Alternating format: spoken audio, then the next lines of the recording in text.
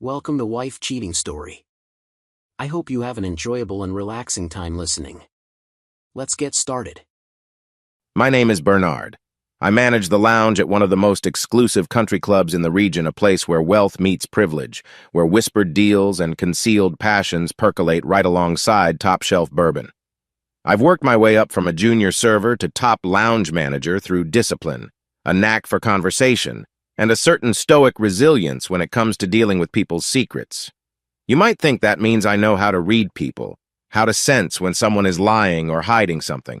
Trouble is, sometimes you don't see it coming when it's right under your nose, especially when that someone is your own wife. I've been married to Serena for 5 years. We don't have kids. It's a complicated story. We'd been trying, half-heartedly maybe, but mostly life just got busy.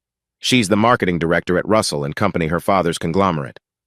I'm proud of her. At least I was. But lately things have shifted.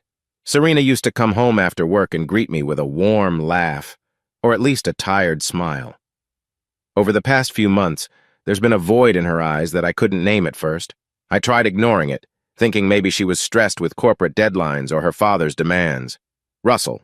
My father-in-law is a formidable man, after all. But soon enough, uneasy rumors started floating around the club, vague suggestions that Serena had been spotted with someone who definitely wasn't me. I won't say I believed them outright. People gossip, especially in high society circles, yet a whisper can sometimes plant a seed. One evening, while wiping down the bar after a large membership cocktail hour, my phone buzzed. A text from Serena. "Working late. Don't wait up. Love you." I stared at it for longer than was normal, some primal sense in me stirring. The biggest tip of the night lay folded in my pocket, a crisp set of $100 bills a certain real estate mogul had handed me for discreetly handling his half-drunk meltdown. Normally, I would have felt a small gratification that my job had these perks. But that night, nothing felt normal. I recalled how, not so long ago, Serena used to text me playful innuendos or send me random silly memes complaining about her father's all-day meetings. Now her messages felt robotic, forced. "Working late. Don't wait up." I typed a quick, "Okay, be safe," then put my phone face down on the bar. At that precise moment, Alice, a friend of Serena's, called. I rarely chat with Alice outside of group dinners, so I was surprised. Her voice trembled slightly. "Bernard, I need to tell you something, but I'm not sure I should." I swallowed, bracing myself. "Go ahead." Alice sighed. "Don't panic, okay? I was at that little Italian spot downtown and I saw Serena. She was, with a man. I didn't recognize him, but they seemed, well, close. Now, I'm not the type who flips tables. You see, my job has taught me that losing your cool only exposes your weakness. So I thanked Alice softly, told her I appreciated her concern, and hung up. Maybe it was innocent colleague dinners can look suspicious, but I also knew Alice wouldn't call if she wasn't genuinely worried about me. My heart, however, pounded so loudly I could have sworn the entire lounge could hear it. I poured myself a small measure of whiskey, swirling it while my reflection on the bar top stared back with a blank expression. I was sure my eyes gave away the storm inside me. When I got home, close to midnight, the apartment was dark. No sign of Serena yet. I flicked on a lamp, set down my keys, and sank into the couch. The city lights outside cast a faint glow across the living room. For a moment I thought about calling her, but my pride stopped me. If she was lying, a random call wouldn't fix anything. Instead, I decided I needed clarity. Proof. Something that a million flimsy excuses couldn't twist. I'm methodical by nature. I approach personal crises the same way I manage the lounge's busiest nights, break down the chaos into smaller tasks, handle each with precision. That night I barely slept. I laid awake in bed after Serena finally came in around 2 a.m. claiming ridiculous deadlines, wearing the same perfume I'd smelled on her for years. Strange how that familiar scent, once comforting, now felt like a mask. I pretended to be half asleep, murmured something, and felt her slip under the covers with a sigh. She placed a gentle hand on my shoulder, her ring, glinting in the dimness, pressed against my skin. The ring I'd saved up for back when I thought building a life together meant unwavering loyalty. I said nothing, just let her assume I was too tired to talk. In my mind, a plan began to form, a plan I hated that I needed, but was determined to follow through on if these suspicions proved correct. By morning, I made a call to Desiree. Desiree is a private investigator who once helped the club identify a series of petty thefts among employees. She's sharp, discreet, and owed me a favor. I explained the situation in clipped sentences, not wanting to betray too much emotion. She listened, then asked, "Bernard, you sure you want to go down this road?" I parted the blinds in my living room and watched Serena's SUV pull out from the driveway. She was probably heading to Russell and Company. "I have to," I said quietly. "I can't stand in the dark any longer." "All right, I'll start with basic surveillance, gather phone records, see if she meets him. If there's something to find, I'll find it," Desiree replied. I thanked her and hung up. What next? I decided a direct confrontation was too risky. She'd get defensive or might hide things better. So I turned to practical steps, checking finances, joint accounts. I needed to see if any suspicious transactions pointed to secret meetups. It's incredible how quickly trust can become doubt. In a matter of hours, I was rummaging through statements for coded restaurant charges or mysterious hotel bills. Something about it felt vile, as if I was betraying her privacy, but I pressed on. If I was married to a cheater, I deserved to know the truth.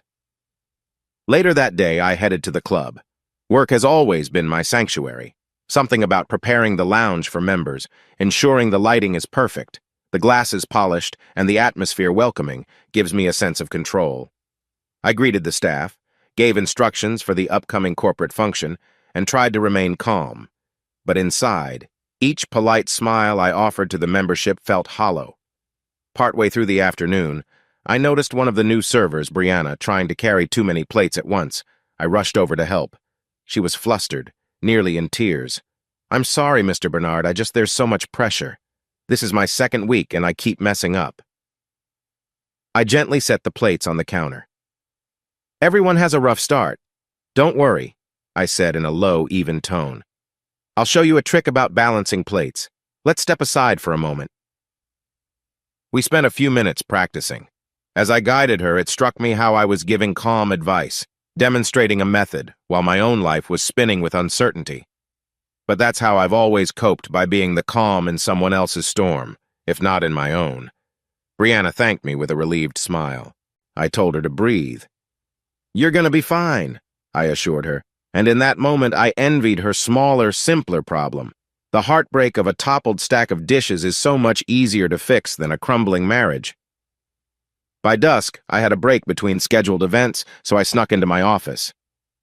A message on my phone from Alice waited. "Hey, sorry to bother you again, but I saw them together outside the building. He was picking her up. This is so awkward. Are you two okay?" My jaw clenched. They were so brazen as to let mutual acquaintances see them? I typed back, "I appreciate your concern, Alice. Handling it. Please keep this quiet." She replied instantly, "Of course, Bernard. I'm just worried about you." I was touched by her sincerity. People in these circles rarely pick sides or get involved, so the fact she reached out told me she had some genuine respect or affection for me, and it reinforced the notion that I was not imagining things. I scrolled back to look at photos on my phone, old pictures of Serena and me from a wine-tasting trip, from a friend's wedding, from our 3rd anniversary spent on a Florida beach. She glowed in all those pictures, her arm looped around my waist. My chest tightened, thinking how quickly illusions can fade.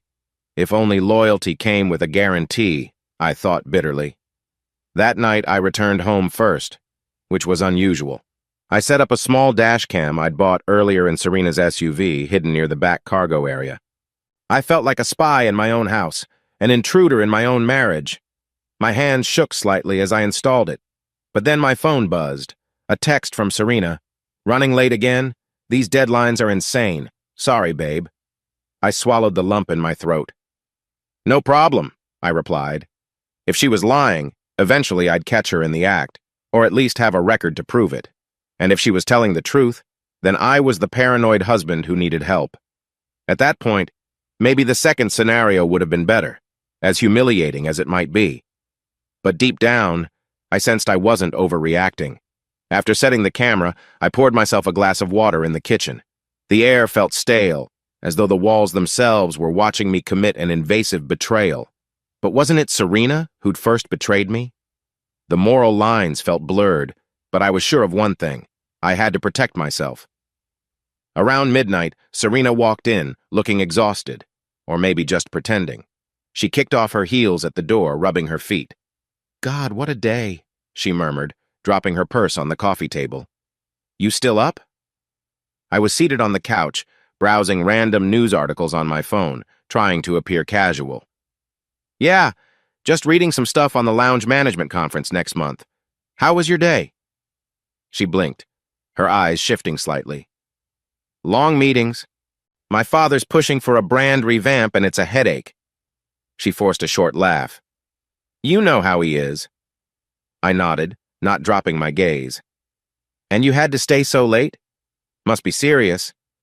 She paused, then shrugged. "Well, we went to dinner after.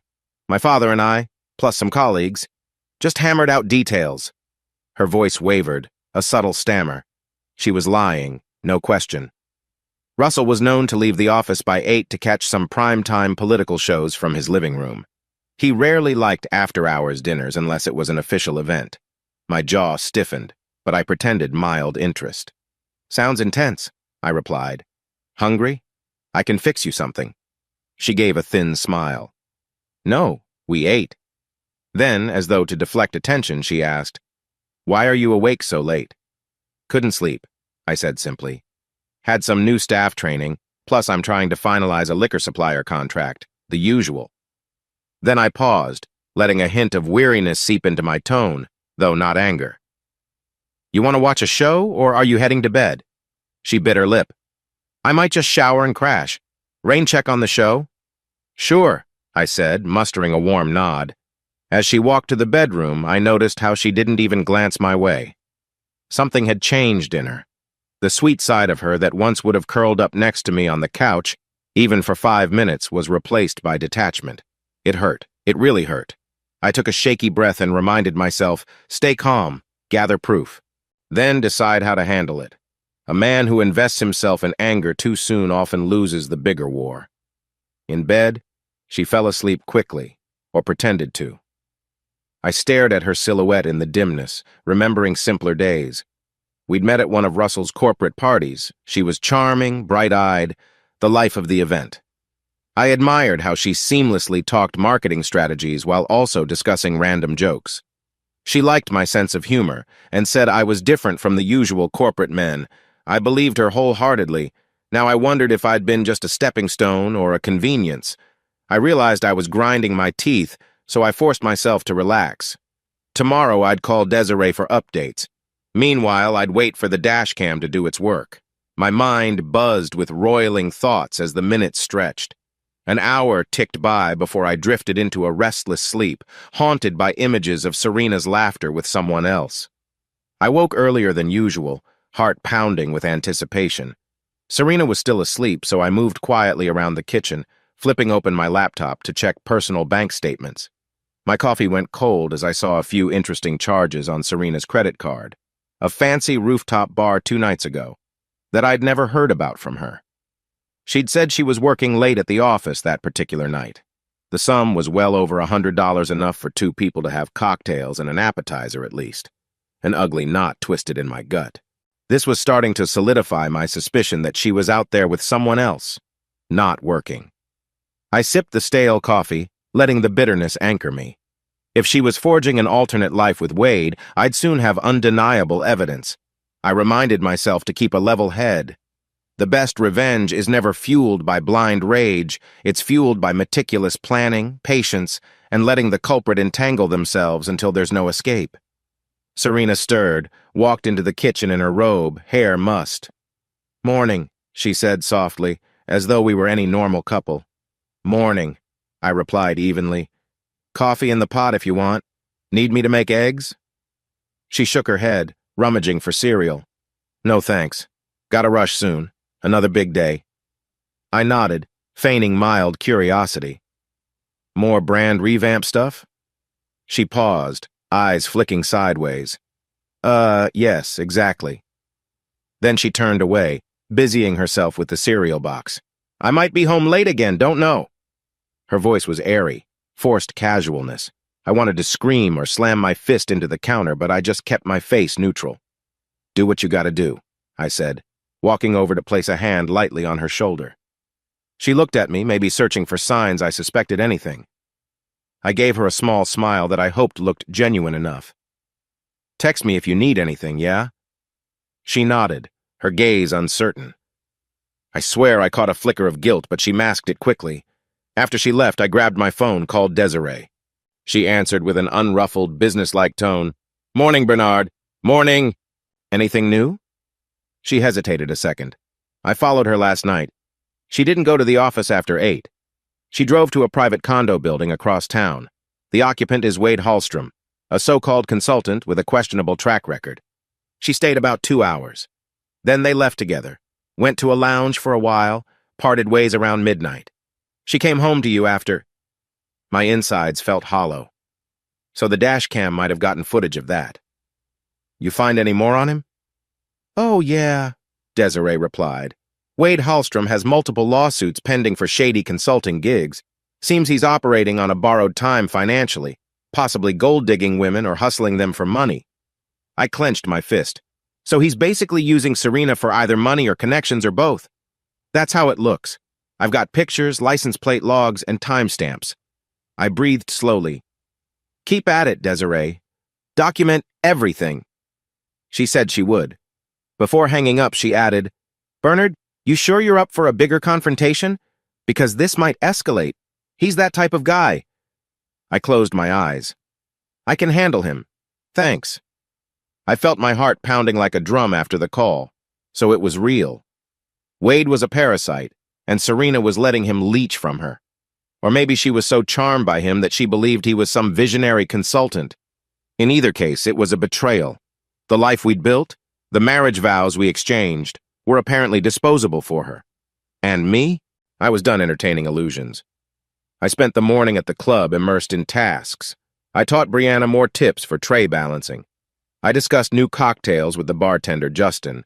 I nodded to longtime members, politely inquiring about their families. But behind the facade, my mind churned with the next step, verifying the dash cam, collecting bank receipts, planning how best to corner them. Fury simmered under my calm.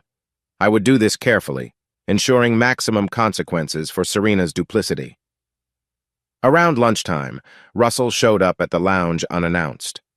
Russell is a tall man with a presence that commands any room.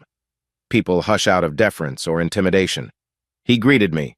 "Bernard, got a minute?" His gaze was penetrating, as if suspecting something was off. "Certainly," I said, ushering him into my small office behind the lounge. Once we sat, I offered him water. He declined. "How's everything?" he asked, leaning forward. "I heard about some rumors swirling from last night's events. Something about Serena being seen outside with a man, and then that fiasco with the overhead screen fiasco, some glitch that showed personal footage." He paused, studying my reaction. I forced a neutral expression. "Yes, that glitch was unfortunate. We're investigating. Possibly a hacking attempt.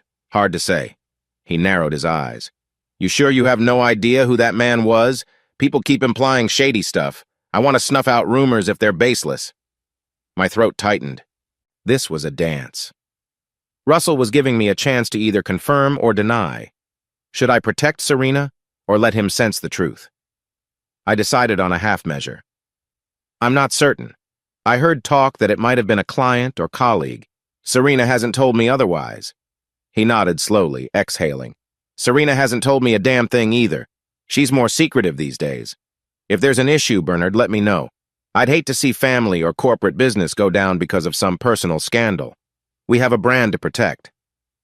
"Understood," I said firmly. "If I learn anything concrete, you'll be the first to know." Russell studied me for a moment. "I appreciate your loyalty, my boy." Then he stood, gave me a curt nod, and left. I watched him go, feeling simultaneously uneasy and validated. He suspected Serena might be messing around, but he was giving me space to handle it. He didn't want a public meltdown. I was sure he'd side with me if I had undeniable proof. The question was, how far did I want to go? Late afternoon, I sneaked out to Serena's SUV in the staff parking area. The dash cam was still in place. I carefully retrieved the memory card, replaced it with another blank one, and walked back to my office. On my computer, I loaded the footage, scanning the timestamp from last night. Indeed, around 8:15 p.m. she got in the driver's seat, called someone on speakerphone, though I couldn't catch all the words. Then she drove to that private condo. Parked. I heard an exchange. Serena. "Hey babe, I'm here, let's hurry, okay? Dad's suspicious." Wade's voice, muffled but audible. "Relax. Everything's under control." Serena. "Right. Under control." She gave a small laugh, but it sounded tense. My hand gripped the mouse so tight my knuckles whitened. Babe? She was calling him Babe? They arrived at the condo, then the camera only showed the inside of the SUV, capturing them stepping back in after some time, laughing about how they pulled off that brand invoice trick. My stomach churned. They were likely cooking the books somehow. Then it cut to them driving to a lounge. Finally, the recording ended when she returned alone. Perfect. The card had everything I needed. I saved multiple copies, one on a password-protected drive, another on a USB in my locked drawer. My heart pounded, so we had the blueprint of their betrayal, spelled out in digital form. That night, after the lounge closed, I stepped outside for air. The crisp evening breeze felt both refreshing and lonely. My phone rang. Desiree's name flashed. I answered. "Bernard, I've uncovered some financial links between Wade and Serena. He's convinced her to funnel small amounts from the Russell and Company marketing budget, labeling them as client entertainment expenses, possibly to finance their personal outings or something. Not huge sums, but it's definitely unethical." My jaw clenched.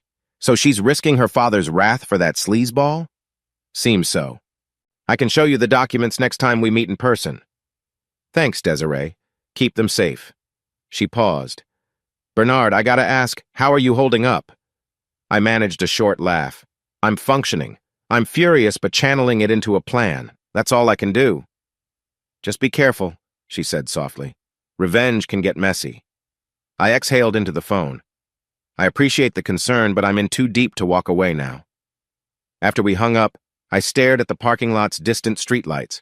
A cluster of drunken socialites emerged from the clubhouse, giggling, carrying on without a care in the world. Part of me envied them, the simplicity of not dealing with a personal fiasco. But envy wouldn't fix anything. My path was set. Gather everything, then confront Serena with the unstoppable weight of evidence. 2 days later, we hosted an annual Russell and Company charity gala at the Country Club Lounge, an event Serena couldn't skip, not with her father's presence and half the city's elite attending. I wore my usual well-pressed black suit, greeted each guest with a polite smile. My staff was on high alert. We had special catering, orchestras, even a little stage for announcements. Russell was in a crisp tux, exuding power, while Serena floated around in a glamorous emerald gown, forcing smiles. Wade, the bastard, apparently had wrangled an invite by calling himself an important consultant for some philanthropic effort. The nerve. I could almost feel their tension each time they exchanged glances across the room. Meanwhile, I pretended not to notice. I was the consummate host, offering wine suggestions, ensuring the sound system was perfect, greeting major donors with my trademark politeness, but inside, I was a volcano of controlled fury. Midway through the event, I stood near the AV booth with my staff, ensuring the slideshows and videos about Russell and Company's charitable endeavors were cued properly. Then something accidental happened. A short clip flickered onto the large overhead screen. It showed grainy footage of Serena and Wade inside a parked SUV, hugging intimately. The entire room went silent for a second, then murmurs erupted. Staff scrambled to cut the feed, returning to the main presentation slide. But the damage was done. That fleeting glimpse had revealed more than enough to spark curiosity and scandal. Gasps, wide eyes, hushed whispers. Serena's face drained of color from across the hall. Wade looked around in horror. Russell stiffened, gripping his glass so hard I thought it might shatter. One of the junior AV techs stammered into the mic. "Apologies, folks. Just a technical glitch. We'll correct that." He cut the feed entirely, leaving the screen blank. People resumed quiet chatter, eyes darting to Serena. I pressed my lips together, feigning alarmed confusion. A few older donors frowned, some younger guests exchanged scandalized laughter. The scene was messy, Perfect for me. Wade abruptly stormed out, shoulders rigid. Serena chased after him, ignoring Russell's stern call of her name. The humiliation was raw.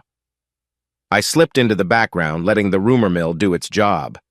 Everyone at the gala was either too polite or too shocked to address it directly, but the tension was thick. I saw Russell's fuming expression as he retreated to a corner with two board members, possibly discussing damage control. The entire fiasco took less than a minute, but it might as well have been a lifetime for Serena's reputation. Let them stew in that confusion. I'd played my card. A bit later, I spotted Serena in the hallway near my office, pacing. The moment she saw me, she marched up, frantic. "Bernard, what the hell was that?" Her voice was a harsh whisper, eyes wild. I shrugged lightly. A glitch, I guess? I had no idea what that footage was. I offered the most innocent stare I could muster. Her nostrils flared. "Don't lie to me. Did you set that up? Why would you—" She glanced around, worried about eavesdroppers. "You're the lounge manager. You control these events. Why would you do this to me?" "Serena," I said softly, "I'm not sure what you're implying. If it was a real glitch, we'll investigate. Perhaps we got hacked? Are you sure it was you in that clip?" She clenched her jaw. "It looked like me, yes, that's the problem." I forced a concerned look. "We'll figure it out, I promise. Let's not cause a scene right now. Your father's already upset." She glared, tears of rage burning in her eyes. "I swear to God, Bernard, if you're trying to sabotage me, you'll regret it." That threat stung more than I cared to admit. "Serena, calm down," I said quietly. "I want the truth as much as anyone." She huffed, spun on her heels, and disappeared. Good. Let her scramble. I had sown the seeds. Let them reap the storm. Russell cornered me soon after, demanding explanations. I served him a steady dose of confusion, claiming the AV staff found no sign of tampering yet. "We'll keep investigating," I promised. "But for now, let's move forward with the program, or the donors will start leaving." He exhaled in frustration. "Yes, fine. I want answers, though. This can't be a coincidence. If that's footage of my daughter with some random man, I need to know who's behind the leak." I placed a hand gently on his arm. "I understand. You'll have them." The irony was thick. Of course I was behind it, but he needed plausible deniability for now. The next few hours of the gala stumbled along awkwardly. People politely commented on the philanthropic slides while obviously whispering about Serena's fiasco. Wade was nowhere in sight. Eventually, Russell cut the evening short, apologizing to some big donors, excusing the abrupt wrap-up as technical difficulties. I oversaw the closing tasks, instructing staff to remain professional. Inside, I was giddy with a cold satisfaction, though I kept my face neutral. That was just the opening salvo, after all. Let her sweat. Night fell, and eventually, the guests cleared out. I retreated to my small office again, reading the frantic texts from staff about that mysterious clip. I typed calm responses. Then I heard a timid knock. Turning, I saw Serena at the door, shoulders slumped. She looked drained, no trace of her usual confident posture. Softly, I said, "Come in." She stepped inside, glancing around. "Bernard, we have to talk." She sounded near tears. I shut my laptop. "Yes, we do." But let her lead. She sank into the chair opposite my desk. "Everything's spiraling," she whispered. "People think I'm having an affair because of that stupid clip. I don't know who's sabotaging me. My father is furious. The board is suspicious. I need you to help me fix this." I raised an eyebrow. "Help you? How?" She wrung her hands. "Speak to Dad. Assure him it's some out-of-context nonsense. Tell him I'm not cheating. You're my husband. Your word matters." An acidic taste filled my mouth. "Why would I vouch for something I'm not certain is true?" I asked quietly. "You haven't exactly explained the truth to me, have you?" She bit her lip, tears welling up. "I can't. This is complicated. That man was a colleague, just a business partner. The footage must have been maliciously edited or something. Please, you have to trust me." Her desperation was so thick. She was lying to my face. "Serena," I said, letting a hint of sadness seep through. "If you want me to defend you, I need honesty, absolute honesty. Otherwise, we're both in quicksand." She stared at me, tears threatening to fall, but she said nothing. She was cornered, yet still refused to admit it. I sighed, reached out to gently pat her hand like a well-trained actor. Let's go home, talk about this tomorrow. The gala's done. We can salvage things. But you gotta trust me enough to tell me what's really going on. She bowed her head, nodded. Okay, she whispered. With that, she stood and slipped out. No big confession, no sudden meltdown, just fear in her eyes. Good. Let fear guide her next missteps. I left the club an hour later, once everything was locked up. My phone beeped a text from Wade's number. Strange. I opened it. I don't know who the hell you think you are, but stay out of my business. Serena is not your property. I smirked. So he was brazen enough to contact me. I typed back, "She's my wife, you parasite. Tread carefully." He responded with a series of expletives, threatening to expose me for meddling or some nonsense. I simply turned off my phone. He had no idea what I'd built behind the scenes. If he wanted to escalate, I'd bury him in evidence. Let him come at me. The line was drawn. Next step, sabotage his finances completely. The day after the charity gala was tense. Russell convened an emergency board meeting at the corporate headquarters to address internal reputation concerns. Serena had to attend along with me. I arrived first, wearing a dark suit, face carefully neutral. The board members, mostly older men and women in tailored attire, offered polite greetings. A hush fell when Serena rushed in, eyes bloodshot. Russell sat at the head of the long conference table, lips pressed tight. I quietly slipped into a seat a few chairs away from Serena, letting her squirm under the scrutiny of her father. Wade wasn't present. He wasn't an official employee, after all. Russell tapped his pen on the table, scanning the room. He began, "There have been rumors swirling, plus an incident at last night's gala. Some footage was shown, apparently involving my daughter Serena and an unknown male." His eyes flicked to her. "We can't have that overshadowing the philanthropic goals or, worse, tarnishing the Russell and Company brand. So we need clarity." He gestured to me. "Bernard, you manage the lounge. Do you have any insight into how that footage made it into the system?" I kept my expression calm. "We suspect hacking or sabotage, sir. The AV staff found no sign of an internal malfunction. Possibly a USB drive was inserted at the last moment. We're investigating further. I'm sorry for the embarrassment caused to you and the company." He nodded, but looked unconvinced. Then he turned to Serena. "Serena, is there any truth to these rumors? Are you romantically involved with someone that might disrupt your marketing role or cause scandal?" She squared her shoulders, trying for dignity. "No, Dad, absolutely not. I'm being framed. Someone used out-of-context footage to smear me." A board member, Miss Davenport, adjusted her glasses. "Then can you explain the recent dinner reservations and hotel receipts that appear on your corporate expense account? They seem questionable." Serena's mouth dropped open. "What do you mean?" Miss Davenport slid a folder across the table. "We discovered reimbursements labeled client entertainment that match upscale spots on nights you claim to be at the office. And from last night's clip, well, it's suspicious." Russell's gaze darkened. "Serena, do you have any justification for these expenses?" She fumbled. I must have mislabeled them. They were legitimate marketing gatherings, some potential sponsors or partners. Maybe the system glitched the documentation. I had no idea it appeared suspicious.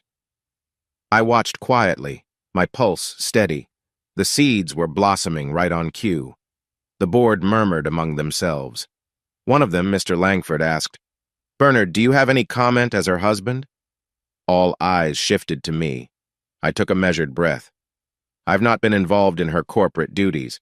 I can only say that if Serena says it was for business, I'd normally trust her, but I can't confirm the details. The hush was palpable as I left it hanging, subtly suggesting I didn't fully back her story. A carefully placed wedge. Serena glared at me, panic creeping into her features. Meanwhile, Russell rubbed his temples. "Serena, the board is inclined to suspend your marketing director role pending a thorough audit of these questionable transactions. If you're innocent, we'll reinstate you. But for now, your brand revamp project will be reassigned." She let out a strangled gasp. "Father, you can't be serious. After all I've done for the company," he cut her off. "This is bigger than you, Serena. The board wants to protect our name. If the footage or the rumors persist, we risk losing face with shareholders. We can't allow that. You'll step down for the time being. He turned to me. Bernard, I assume you'll support your wife emotionally through this. I offered a tight nod. Of course, sir. I just want the truth to come out. My words hung with an ominous ring. Yes, the truth would come out, but not the way Serena hoped. After the meeting, the board dispersed, leaving Serena and me alone with Russell in the conference room. She whirled on me as soon as the door shut. Why didn't you defend me? You basically gave them more reason to suspect me. I spread my hands. I can't lie to them. I don't know what's going on with your finances or your personal outings. You haven't told me anything.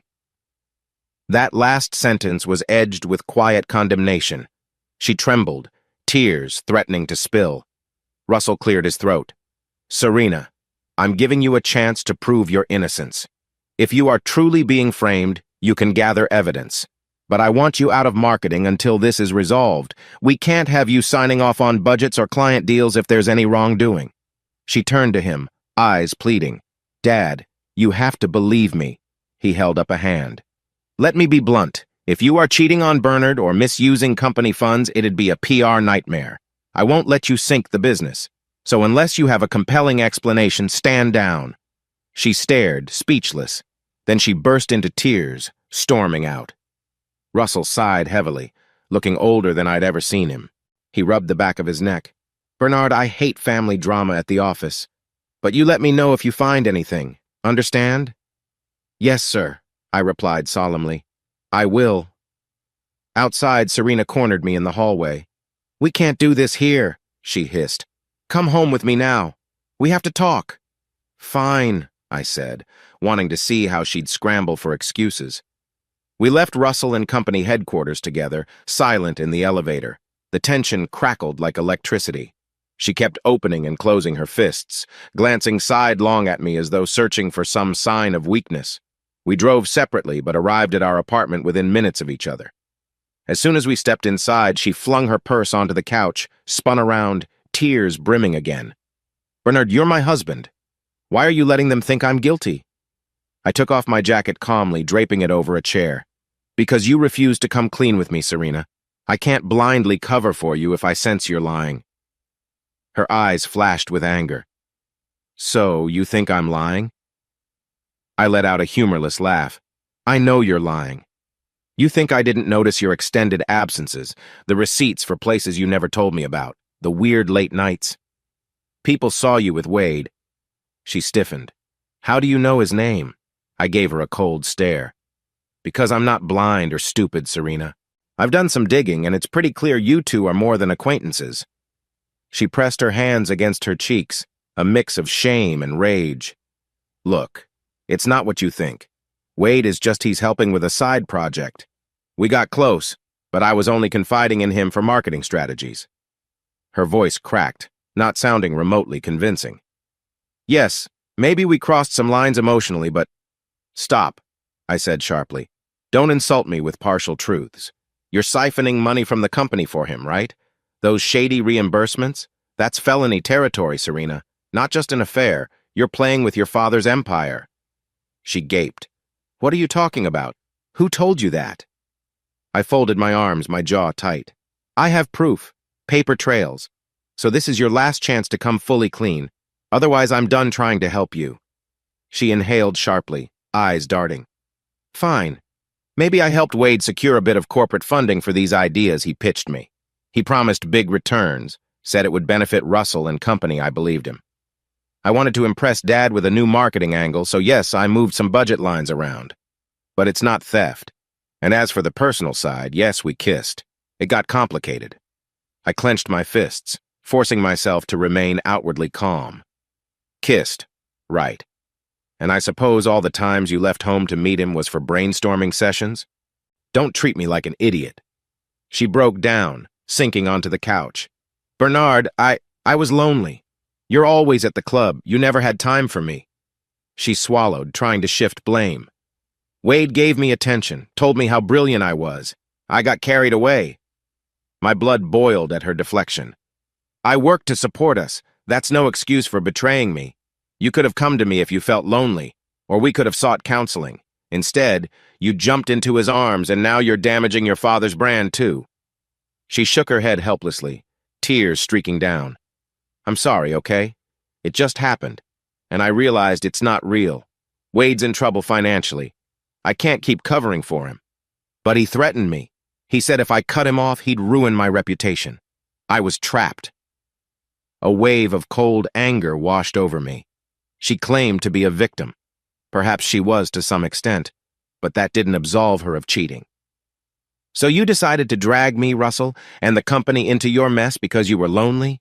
Is that your justification?" She looked up, eyes shining with tears. "Bernard, I know I screwed up, but I still love you." I gave a short, bitter laugh. "Love me? You've lied to my face for months. You used your father's business to fund your affair.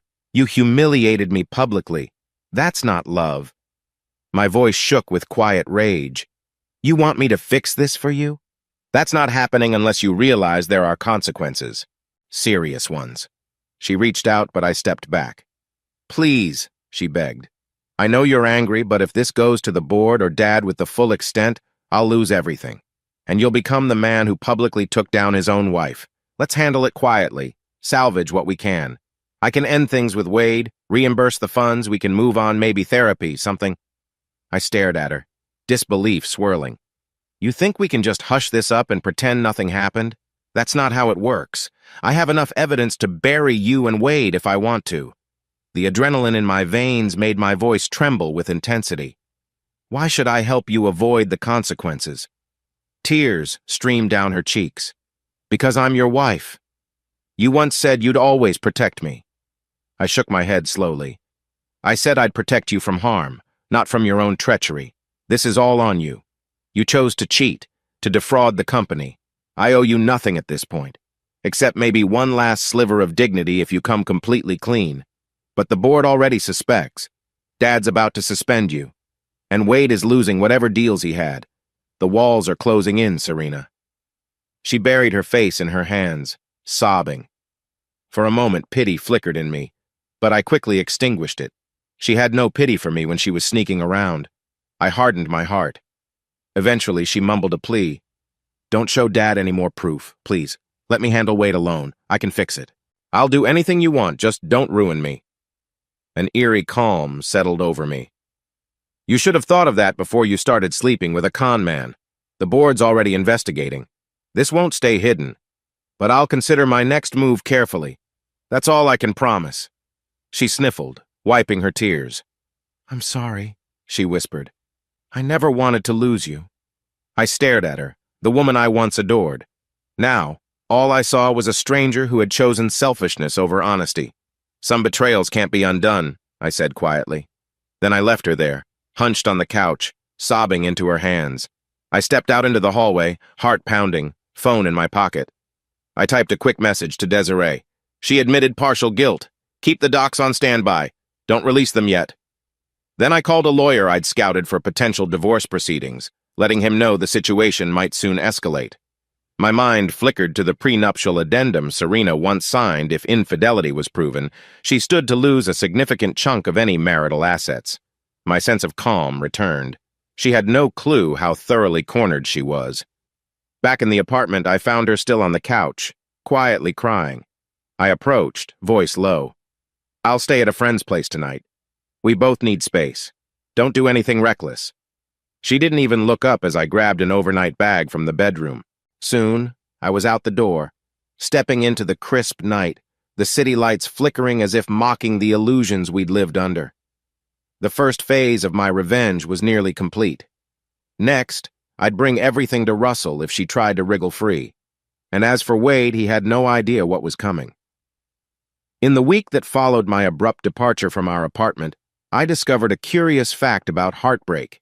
It doesn't announce itself with loud sobs or chest-thumping heartbreak anthems, at least not for me. Instead, it seeped in quietly, like a chill under the door, pricking my skin whenever I let my guard down. That morning, as I woke in the spare room of my longtime friend Josh's condo, I realized the mundane details of daily life: brushing teeth, tying shoelaces, Grabbing a coffee to go all felt overshadowed by the swirling storm of my marriage, or whatever was left of it. I'd been staying at Josh's for 5 days. He was an old buddy from community college, someone I trusted enough to share a bit about Serena's betrayal, though not every detail about my revenge. I'd told him I needed space because my wife had grown close to another man, possibly an affair. He was outraged on my behalf, but I downplayed it, telling him I was handling it. I never mentioned the corporate fraud angle or my father-in-law's potential involvement. For now, I wanted to keep my plot under wraps, though I did mention I had a plan to make sure I didn't get ruined in the fallout. Josh's condo sat in a quieter suburb, half an hour's drive from the country club. It was a modest 2-bedroom, open-concept living area, smelling faintly of old leather and leftover Chinese takeout. He kindly vacated the second bedroom for me, but the twin mattress was stiff, and the heat made the place stuffy. Still, it was a refuge, a place to regroup away from Serena's tears and manipulations. That morning, I stepped into the small kitchen to find Josh slouched at his table, nursing black coffee. He was a husky guy in his late 30s, with a scruffy beard and perpetual bedhead, the kind of loyal friend who'd give you the shirt off his back. He glanced up at me.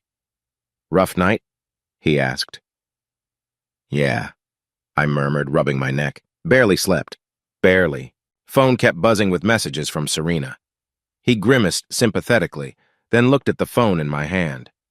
"You talked to her?" I sighed. "Just a few texts. She's begging me to move back.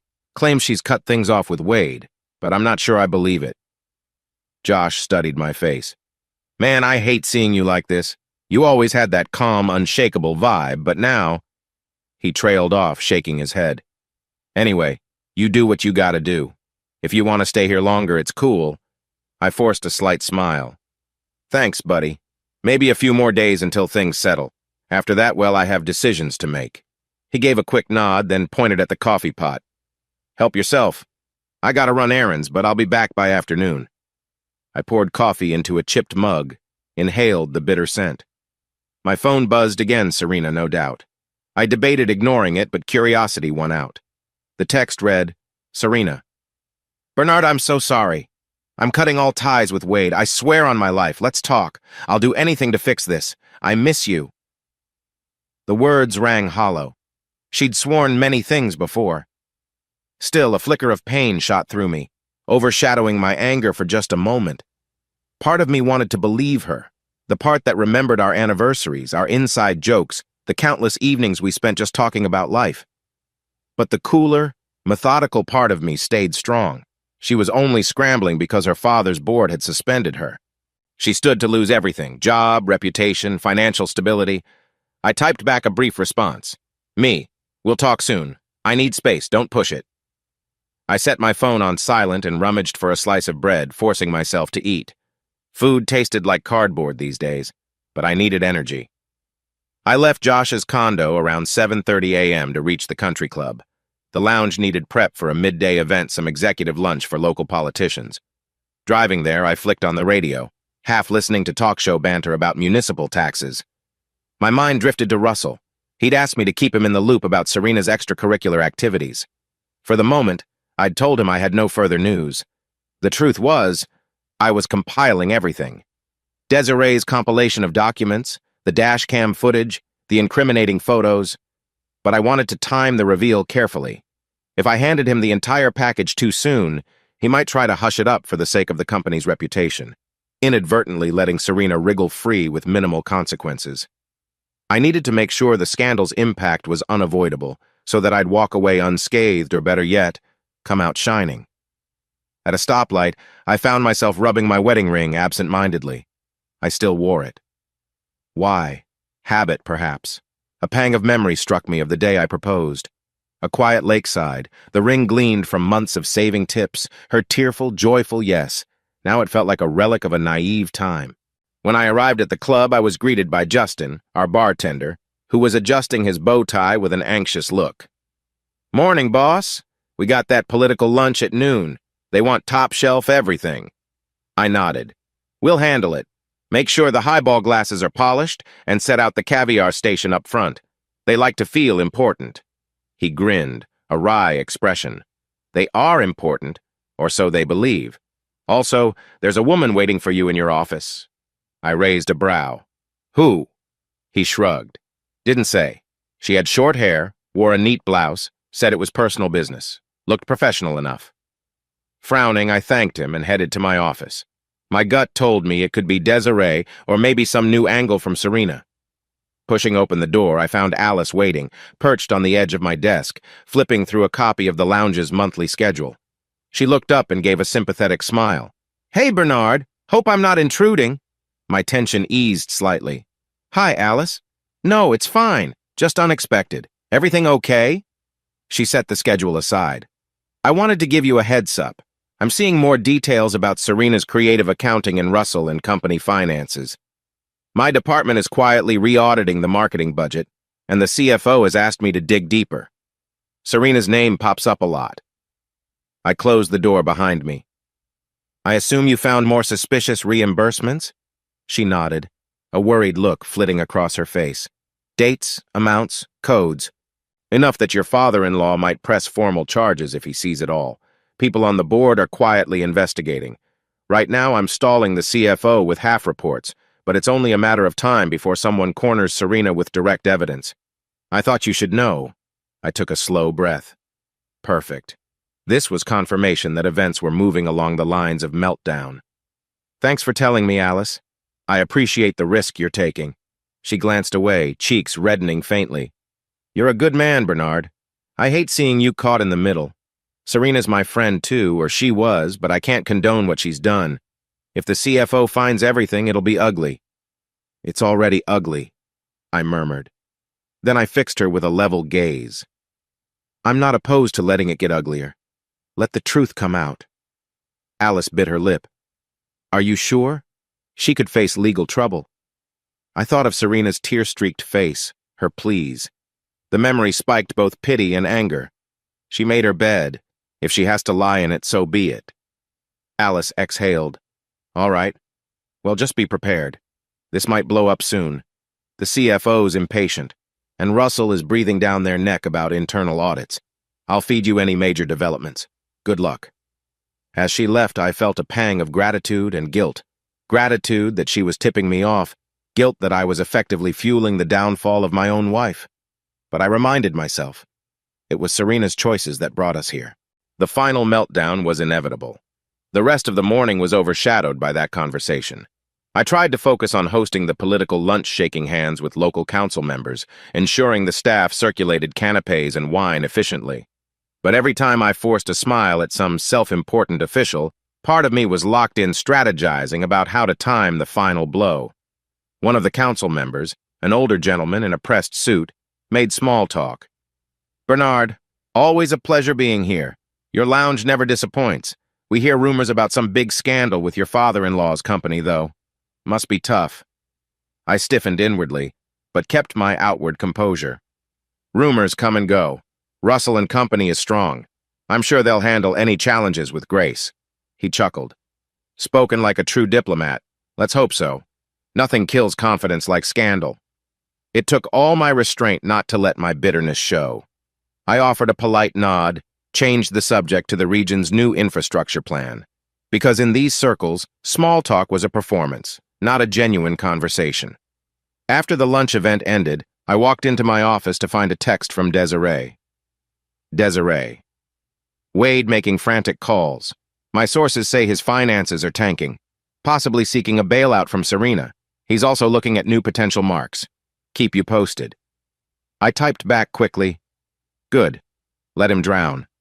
Keep an eye on any attempts he might make to threaten me legally.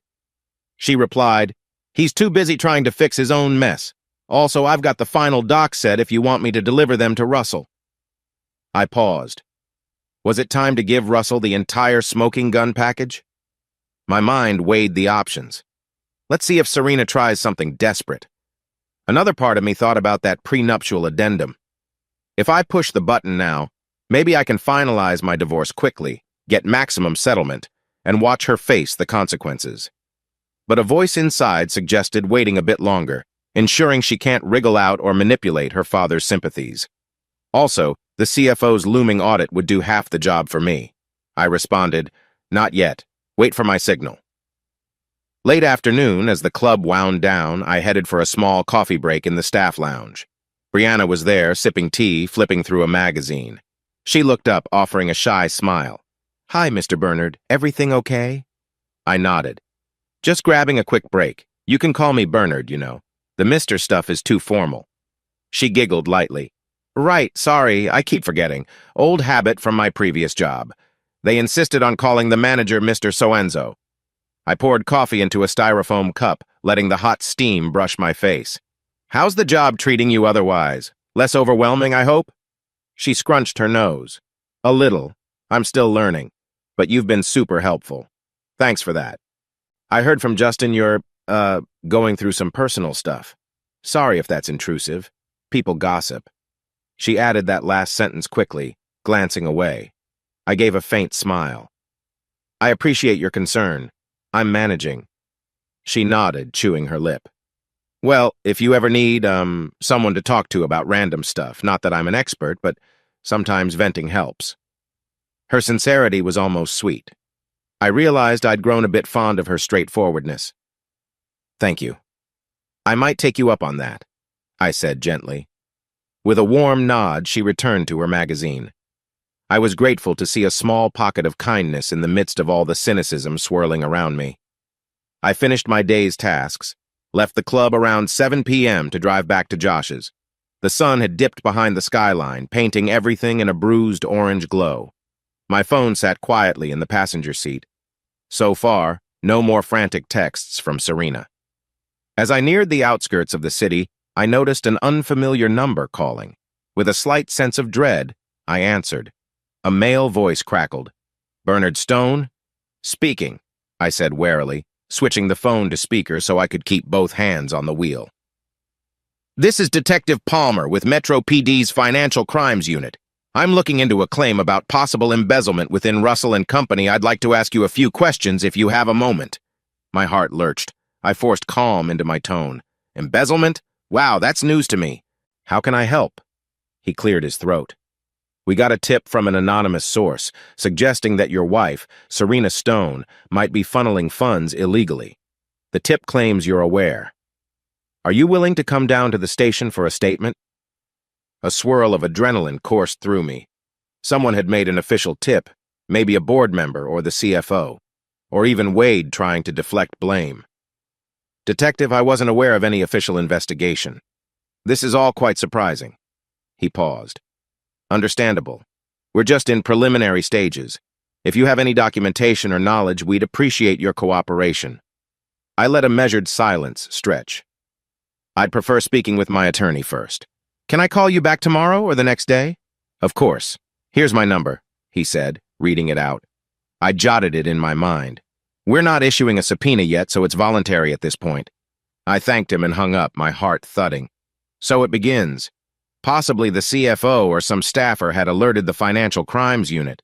If they found enough to suspect criminal wrongdoing, Serena might face actual charges. A wave of complicated emotions hit me.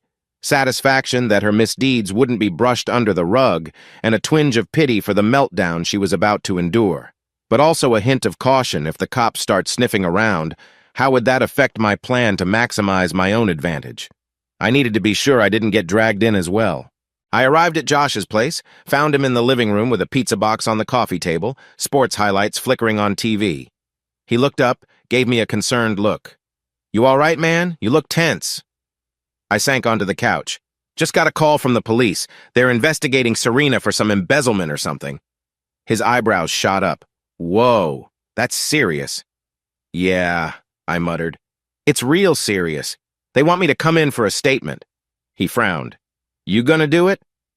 I reached for a slice of pizza, though my appetite was shaky. "I'll talk to my lawyer first. Don't want to get entangled in her crimes." Josh nodded, switching off the TV. "Man, I'm sorry. I had no idea it was this heavy. If you need a place to crash long-term, no problem." I gave him a grateful nod. "Thanks. I might take you up on that, at least until I figure out the next move." He set his slice down. "So you're done with her, right?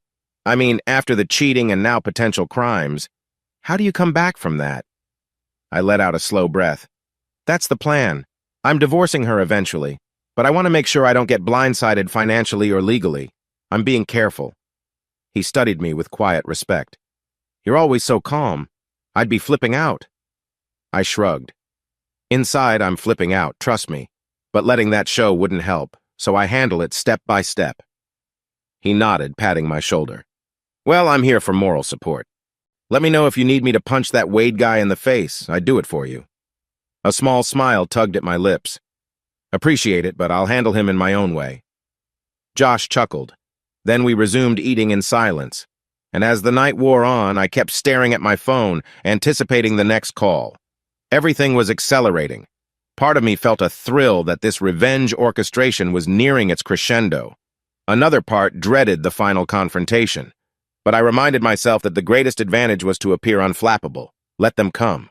Let Serena realize the gravity of her mistakes. I'd stand tall in the aftermath.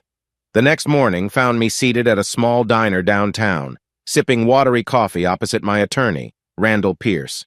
He was a slick but sharp divorce and corporate lawyer, recommended by a club member who'd once faced a nasty settlement. Randall was in his early 40s, with wire-rimmed glasses and an impeccable navy suit. His gaze was keen, measuring me as I laid out the latest developments. The police call, the CFO's deepening audit, Serena's texts begging for reconciliation. He nodded thoughtfully, jotting notes on a yellow legal pad. So you want to ensure you're protected from any criminal or civil fallout while also setting up a strong position for divorce. Exactly, I said quietly, swirling the last bit of coffee in my mug. We have a prenuptial addendum that states if she commits adultery or financial harm, I get the advantage in marital assets. But I want to ensure that's enforceable. Also, I don't want to be tied to her if the cops find actual embezzlement.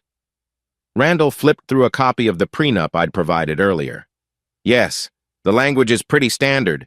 Proven infidelity or illegal financial activities contravening marital trust entitles the innocent spouse to a majority claim on joint assets, excluding any personal premarital property of the offending spouse. It's valid. If you can show proof she cheated or committed financial wrongdoing, you'll likely get a significant share, possibly even spousal support reversed in your favor. He tapped his pen. But the real question is, do you want to present your evidence to the authorities, or do you want them to discover it organically? Because if you hand it over, you might expedite her downfall, but risk looking complicit if any timeline suggests you knew about it too long. The detective might question you. I sighed. I was never involved in her crimes.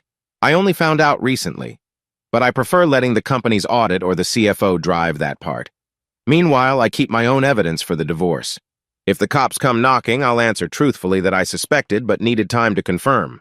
That's not a crime. Randall considered. That's probably wise.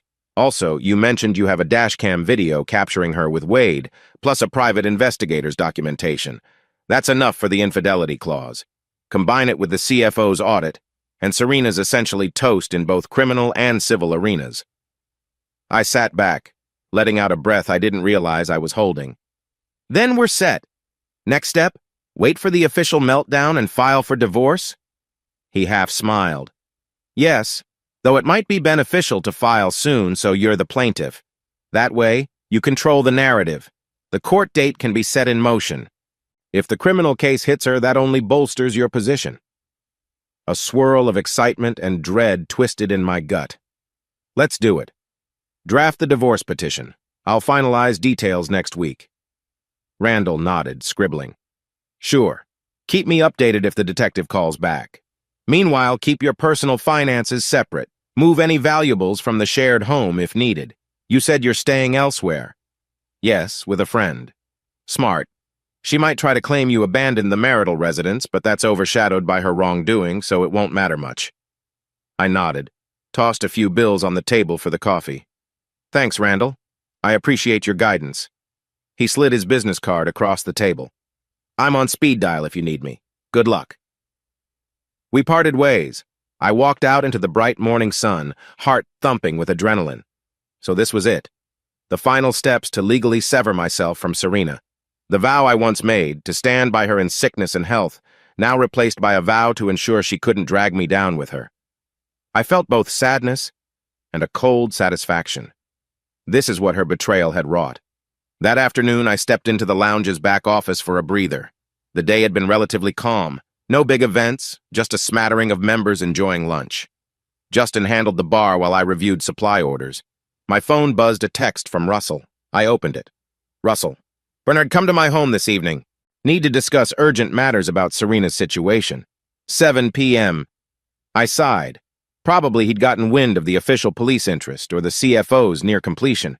He might want me to share any personal knowledge. I typed back, sure, I'll be there. Better to keep him close, especially since he might be an ally once the dust settles. The father in him might be furious with Serena, but the father figure in him might also pity her. I had to handle him carefully. 7 o'clock found me pulling up to Russell's grand estate, a sprawling mansion set behind tall iron gates, manicured lawns, and a fountain in front. The structure was all stone columns and large windows, lit warmly against the dusk sky. I felt an odd sense of familiarity and alienation. I'd been here countless times for family gatherings, but now the dynamic felt severed. A uniformed guard waved me through the gate. I parked near the fountain, walked up the steps. The door opened before I rang. Russell's housekeeper, Claudette, greeted me with a polite nod. Mr. Bernard, good evening. He's in the study. I thanked her, stepping inside. The marble foyer gleamed under a chandelier. Everything smelled faintly of fresh-cut flowers. My footsteps echoed as I made my way to the study, a wood-paneled room with leather chairs and a mahogany desk. Russell sat behind it, sipping a whiskey. He glanced up. Bernard, he said, voice tight. Have a seat. I took the seat opposite him, feeling the weight of his scrutiny. He seemed older, more lines etched on his face. He wasted no time. The CFO confirmed multiple irregularities in the marketing budget. Serena's reimbursements were flagged. She's facing an internal investigation. Some board members want to press charges. To make an example, the company's name is at stake. I nodded grimly. I'm not surprised. He studied me. Have you known about her affair with Wade Hallstrom? I gave a slow nod. I suspected. I confronted her. She admitted it. She also hinted that she funneled some funds to Wade's so-called projects. She claimed it was to help the company, but obviously it's illegal. Russell's jaw tightened. She put us all in this humiliating position. I built Russell and company from scratch. I can't have it undone by my own daughter's foolishness. The board demands a scapegoat. If the detective you mentioned finds solid evidence, they'll arrest her. I exhaled. I'm sorry. This is painful for both of us. But she made those choices. He swirled his whiskey. Damn it, Bernard. I recall telling you once that if you learned anything, come straight to me. Have you held back on me? Careful. I must appear earnest but not reveal the full extent. I found out bits and pieces only recently, had a private investigator confirm the affair. I wasn't certain about the financial side until now. I wanted to be sure before coming to you. He eyed me a moment, then nodded slowly. I understand. But now the board is howling for action. They suspended her from duties. She's essentially out. The CFO wants to reassign all her tasks to a new marketing director. I noticed the flicker of sorrow in his eyes. He might be a stern man, but seeing his own child exposed as a fraud must be gut-wrenching. What about legal consequences? I asked quietly. He set down his glass. We might turn her over to the authorities to show the board we're serious about rooting out corruption, especially if it escalates. Or maybe I can hush it up by paying restitution if the sum isn't massive. But with the detective already sniffing around, I'm not sure hush money will suffice. My mind drifted to the detective's call. He asked me to come in for a statement. I haven't gone yet. Russell pursed his lips. Tell him what you must, but keep the company's perspective in mind. If your testimony suggests we're enabling or ignoring wrongdoing, we're all in hot water. Then again, I won't protect Serena if she's truly guilty. She has to face some consequences. But maybe we can mitigate the damage. That's where you come in. I arched a brow. Me? He sighed, leaning back in his leather chair. As her husband, you can influence how this plays out. If you paint her as incompetent or manipulated by Wade, maybe the board sees a path to spin this as a misguided personal error rather than a full-scale corporate meltdown. Then I might salvage the brand. Meanwhile, you get to divorce her cleanly, I assume. I let that sink in. So Russell was hoping I'd help shape the narrative to protect the company's public image. possibly leaving Serena as the ultimate scapegoat, but under a sympathetic lens. My inner cynic, though, recognized a chance for me to leverage this for a better settlement. If Russell wants minimal scandal, he might offer me a sweet deal to keep me cooperative. I kept my voice steady. I understand the stakes. My main priority is extricating myself from her betrayal. I plan to file for divorce soon. As for the detective, I'll be honest about what I know. She cheated, misused funds, but was heavily influenced by Wade. That's the truth anyway. Russell nodded, relief flashing in his eyes. That's fair. Let's not pretend she's innocent, but we can highlight Wade's manipulative role. The board might be satisfied, especially if we show we're taking swift action to remove her from power, and if the cops want to press charges, so be it. I swirled the ice in my own whiskey he'd poured me a glass at some point in the conversation. I sympathize with you, Russell. I know this must hurt. She's your daughter. His expression tightened.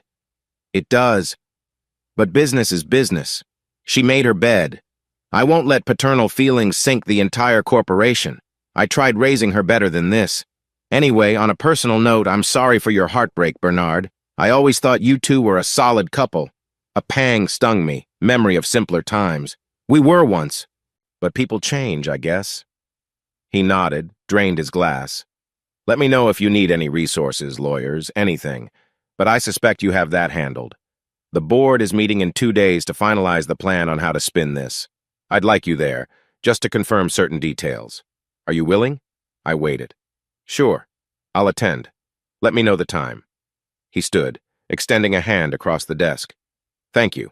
In the meantime, I'll do what I can to keep the media quiet. The CFO might be forced to release an internal memo about questionable transactions. That might leak. We'll see. I shook his hand, feeling that odd sense of synergy. Here we were, father-in-law and son-in-law, uniting not to save Serena, but to orchestrate damage control. The irony wasn't lost on me. Leaving the estate, I walked past the grand foyer. Serena wasn't there. I wondered if she was locked in her old bedroom, weeping. A flicker of pity crossed my mind, but I pushed it aside. She'd chosen Wade, chosen deceit. This was the price. Outside, the night was breezy. I inhaled the scent of manicured gardens, recalling times when I'd strolled these grounds with Serena on Russell's summer parties. So many illusions shattered. I made my way to my car, feeling the chill of approaching storms. Let the next days bring the board meeting, the cops, the CFO's final verdict. I was prepared. Back at Josh's condo, I found him playing a video game.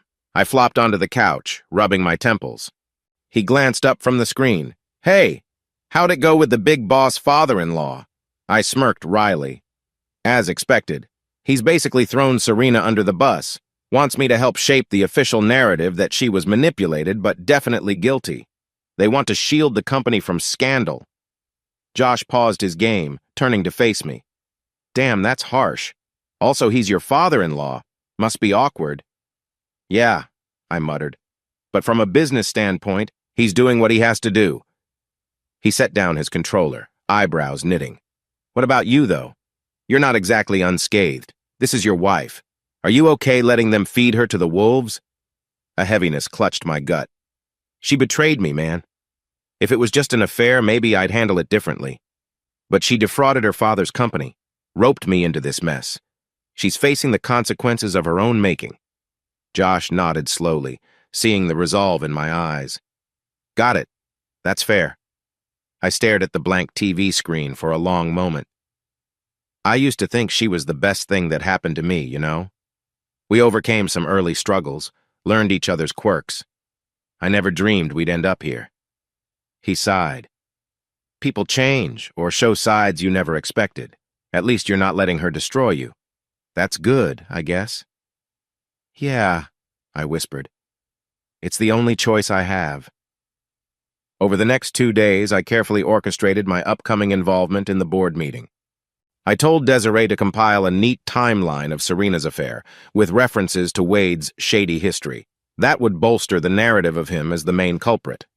I also prepared certain emails and receipts that clearly showed Serena's knowledge of wrongdoing, ensuring the board saw enough to be certain of her guilt, but not enough to suspect I was complicit or had hidden info for too long.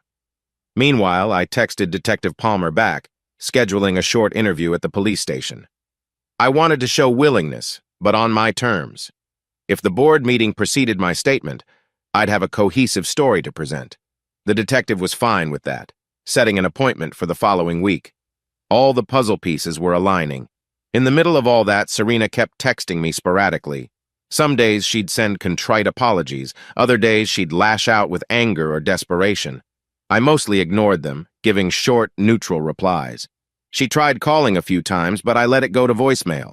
Her voice messages ranged from tearful pleas.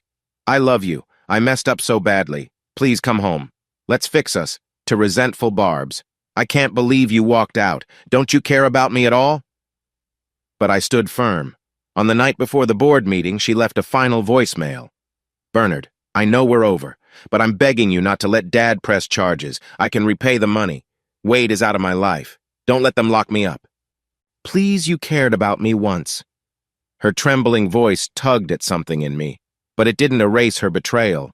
I pressed delete. This entire meltdown was unstoppable. She had to face the music one way or another. The following morning, I donned a crisp navy suit, fresh white shirt, and a somber tie. Board meeting day. I arrived at Russell and Company a bit early, riding the elevator to the top floor. The atmosphere was subdued. Employees darted around with anxious looks, no doubt hearing whispers of an internal scandal. I stepped into the boardroom to find Russell. A few board members I recognized: Miss Davenport, Mr. Langford, Miss Chen, plus the CFO, a stern-faced woman named Irene West. They greeted me with polite nods. Serena was present too, seated near the corner of the long table, arms folded, looking pale and haunted. She avoided my eyes. Good. Let her squirm. Wade was absent, of course. The CFO probably wouldn't let him near the building now. Russell called the meeting to order, voice taut. "We all know why we're here. To finalize how to address Miss Stone's, my daughter's misuse of marketing funds, and her personal entanglements with an outside consultant. The CFO will present findings first." Irene West stood, flipping open a folder. "We traced approximately $180,000 in unauthorized reimbursements or misallocated funds over a 6-month period. These were funneled through marketing expense codes. Miss Stone's login credentials approved these transactions. We have email evidence showing them disguised as client entertainment for Hallstrom Consulting. None of these so-called consulting services yielded returns. In fact, no real contract existed. This is effectively embezzlement." A hush fell. Serena's face crumpled. She opened her mouth as if to speak, but Russell held up a hand for silence. Miss Chen frowned deeply. "That's a lot of money, Miss Stone. Do you have any defense?" Serena's voice trembled. "Wade manipulated me. He said we needed seed funding to secure bigger deals that would eventually benefit Russell and Company. I was naive enough to believe him." "I never meant to," Langford shook his head. "Intent or not, it's a serious breach of trust. We have a duty to the shareholders. This might require legal action." Russell exhaled, pinching his temples. "Yes, that's our next step, but we also have to handle the PR fallout. Bernard, as her husband, do you have anything to add? Perhaps you can confirm the personal nature of her involvement with Wade." All eyes turned to me. I kept my composure. "Yes, I can confirm that Serena engaged in a personal relationship with Wade Hallstrom. She concealed it from me, used her father's corporate resources to support him. I only discovered it recently and confronted her. She admitted it to me, claiming Wade pressured her." A few board members nodded, scribbling notes. Irene West asked, "So you believe she was aware of the wrongdoing, not just a clueless victim?" I gazed at Serena, who looked away. "Yes. She might have been manipulated, but she definitely authorized the transactions. She was aware it was questionable. She never consulted me or Russell about it. She lied." A flicker of anguish crossed Serena's face, but I felt no pity. She'd forced my hand. Miss Davenport spoke up. "The question is, do we proceed with internal restitution demands, or do we file a formal complaint with the authorities? The detective has apparently been informed. The company might appear complicit if we don't take a public stand." Russell nodded. "I propose we inform the detective that Russell and Company fully supports a thorough investigation. We provide them the CFO's evidence. Meanwhile, we remove Serena from any role and demand restitution of the misappropriated funds to the extent possible." Serena let out a choked sob. "Dad, please, I can fix this." He set his jaw, pain flickering in his eyes. "Serena, you already broke trust. The board has decided. This is bigger than you or me. I can't shield you any longer." Tears slid down her cheeks. I studied my hands, refusing to let her see any sympathy. She did this. The vote was taken, and it was unanimous.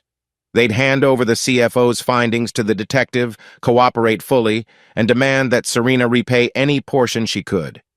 Additionally, an internal memo would be drafted, stating that Miss Stone was removed due to misappropriation of funds, and that the matter had been referred to law enforcement.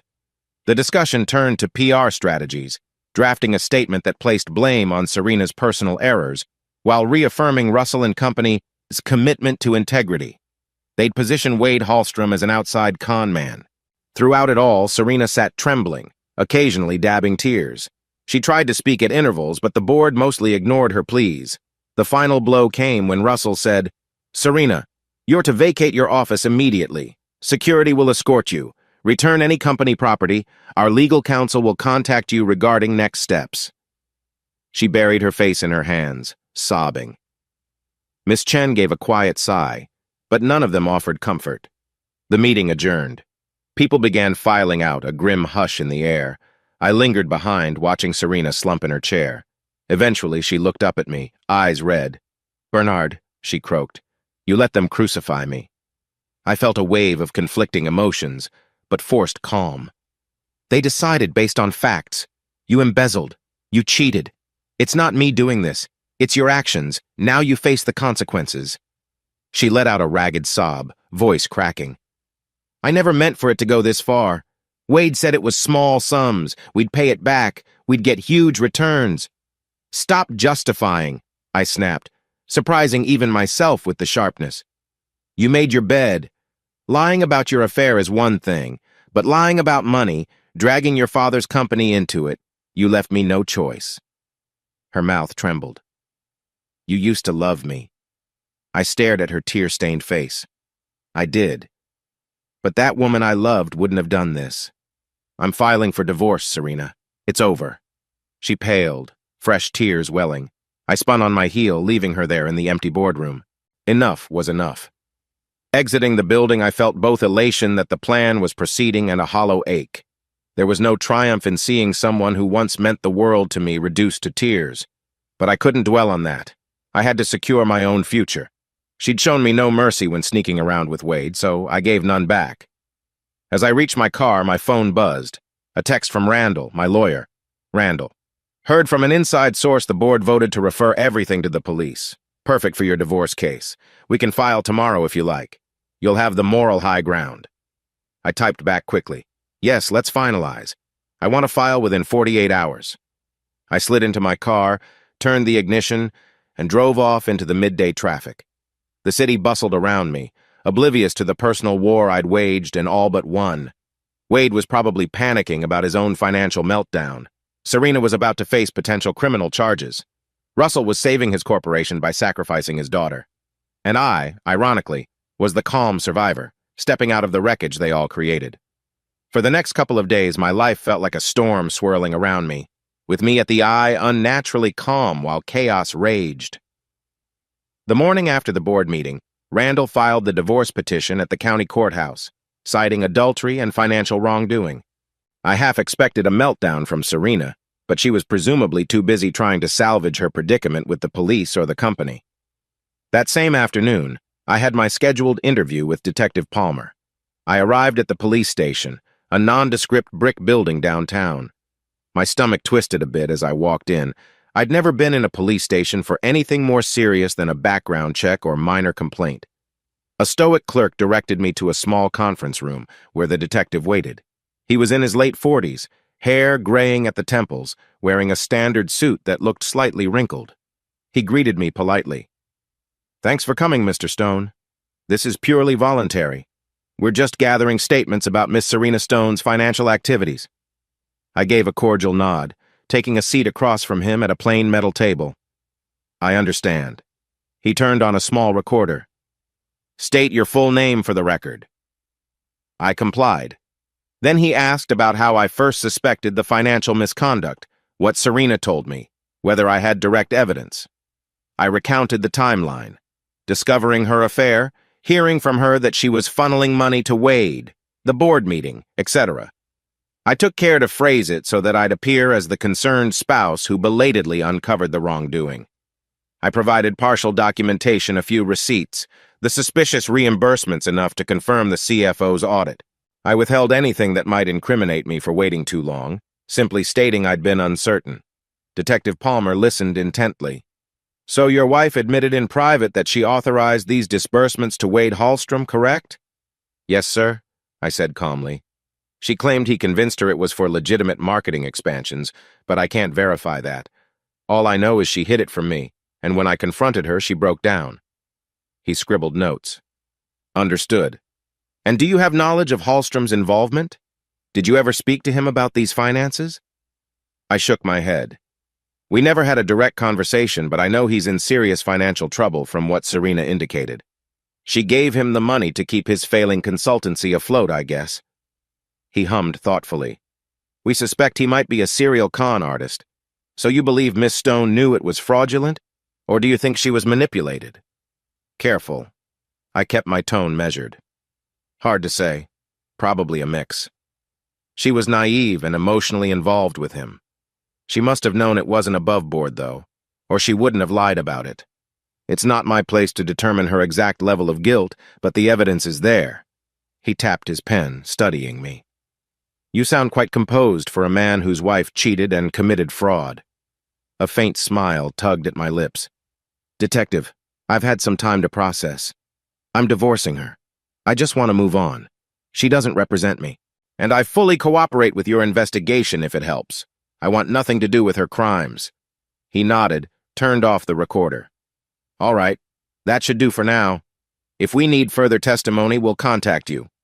I appreciate your cooperation. I stood, shaking his hand. A wave of relief washed over me. Everything was consistent with the narrative I'd planned. I was free from suspicion, just a betrayed husband who inadvertently uncovered a fraud. Let them focus on Serena and Wade.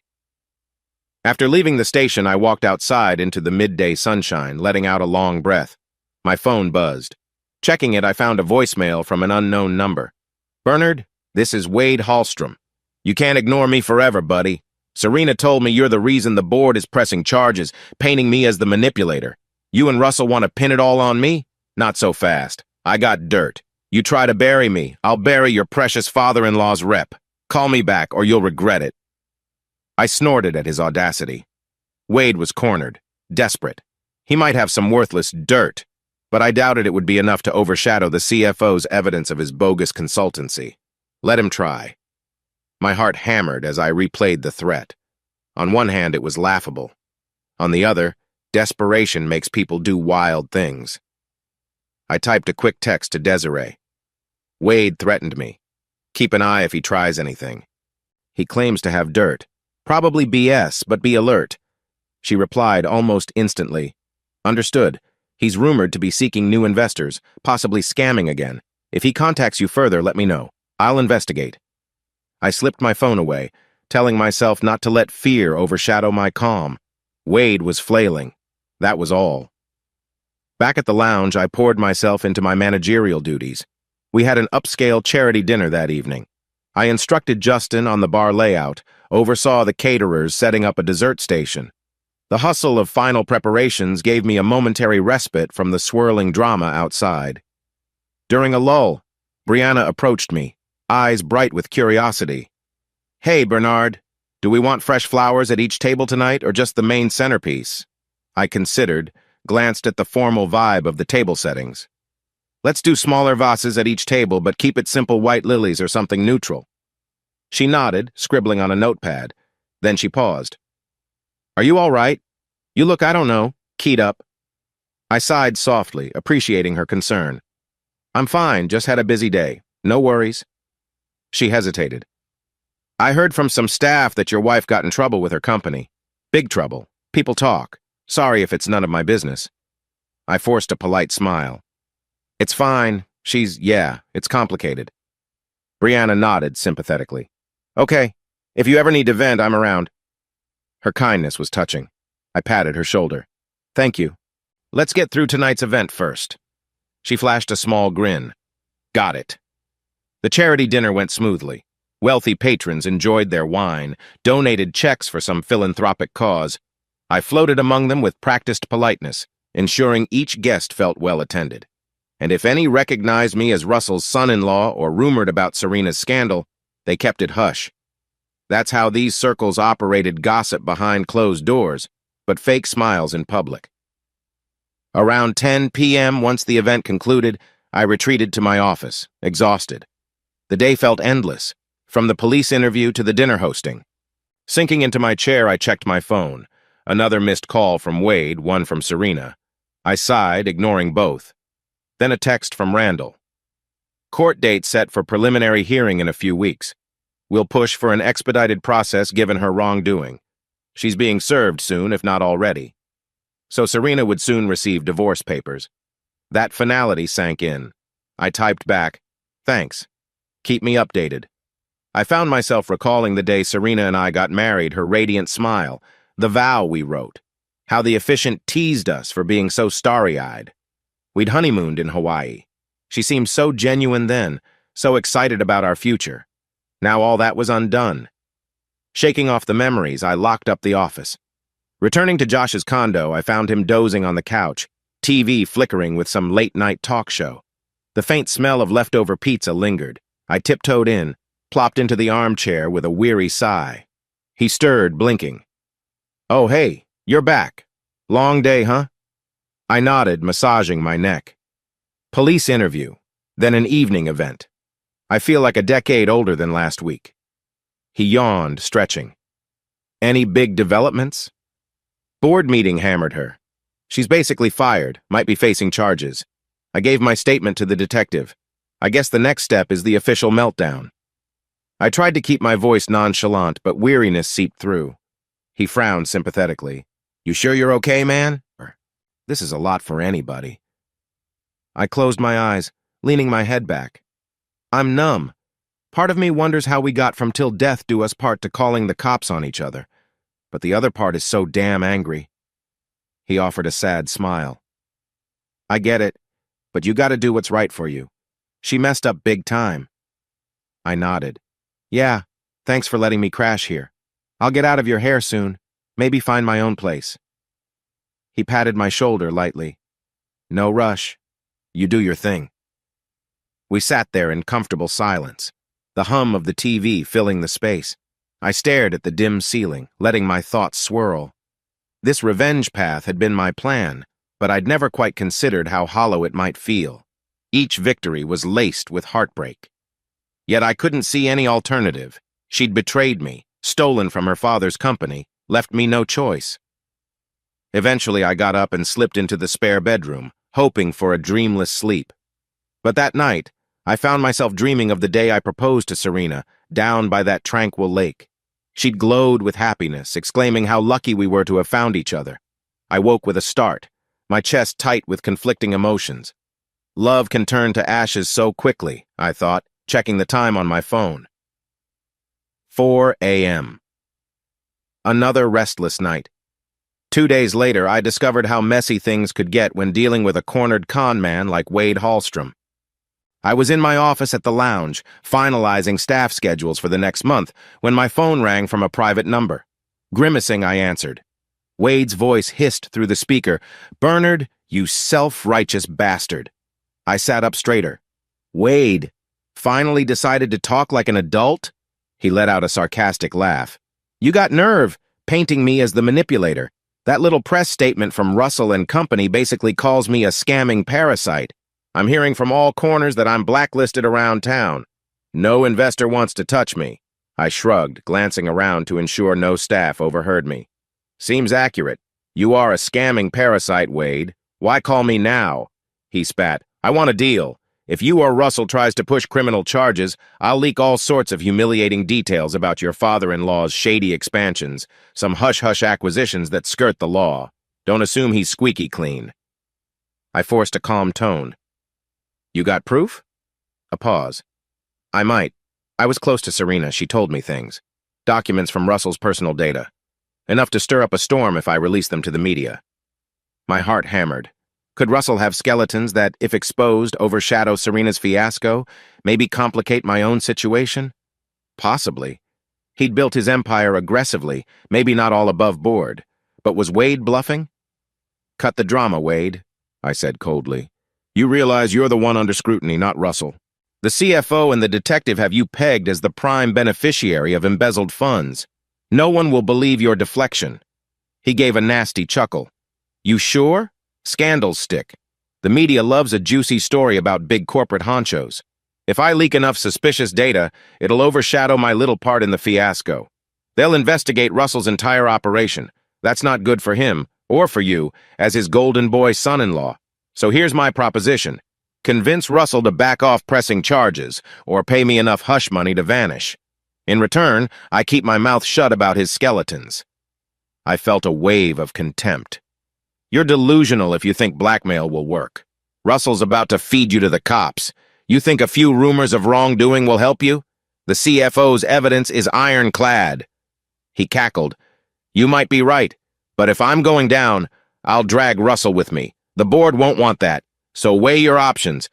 I'll give you 24 hours to respond. Then I blow it wide open. He hung up before I could respond.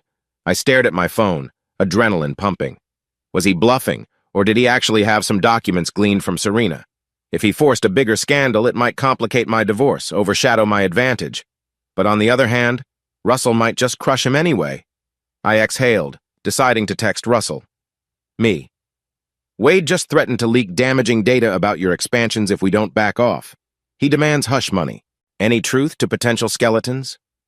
Within minutes, Russell replied, He's bluffing. Some acquisitions might be borderline, but nothing that can overshadow his own fraud. Don't give in. Let him try. I nodded at the screen, feeling a surge of relief. So Russell was unconcerned, or at least pretended to be. Fine. Let Wade flail. That evening, I visited Russell at his estate again. He'd asked for a quick meeting to coordinate public statements as we approached the official police involvement. The atmosphere felt tense, but determined. We sat in his study sipping brandy. He glanced at me over the rim of his glass. So Wade threatened blackmail, I nodded. I told him to shove it. He might attempt a media leak, but you can probably handle that with your PR team, right? Russell gave a short, humorless laugh. Yes, we can handle it. If he does leak anything, we'll spin it as the ravings of a desperate con man. At worst, we pay some fines for minor regulatory oversights. We're prepared. I studied him. The calm, confident posture. He probably had lawyers and crisis managers lined up to bury Wade's claims. So we stand firm? Good. I'm finalizing the divorce. Once it's official, I'll be free of Serena's meltdown. He nodded, swirling the brandy. I understand. I'm sorry it came to this. I do respect you, Bernard. If you need a recommendation or any backing for your own ventures, I'll help. You've proven yourself far more honorable than my daughter, ironically. A bittersweet pang hit me. Thank you. Honestly, I never wanted it to end like this, but I appreciate your support. He sighed, leaning back.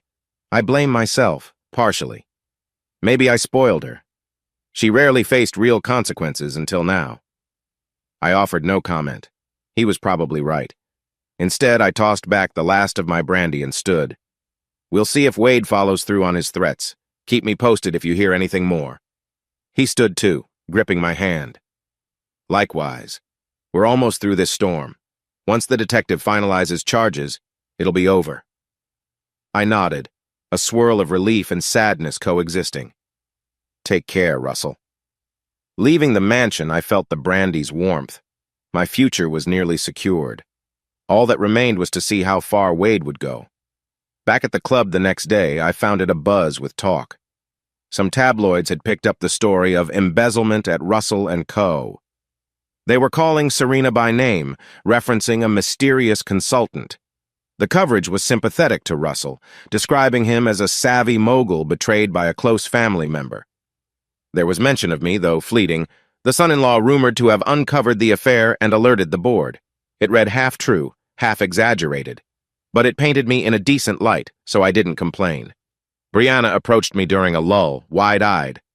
I saw an article about your wife. She's on the front page of a gossip site. Are you okay? I forced a slight grin. I'm dealing with it. Her shoulders slumped. I'm sorry, that must be so rough. I shrugged. It's out of my control now. The truth is out. She's got to face it. She nodded, awkwardly patting my arm. Well, I hope you come out okay. You're a good boss. A spark of gratitude.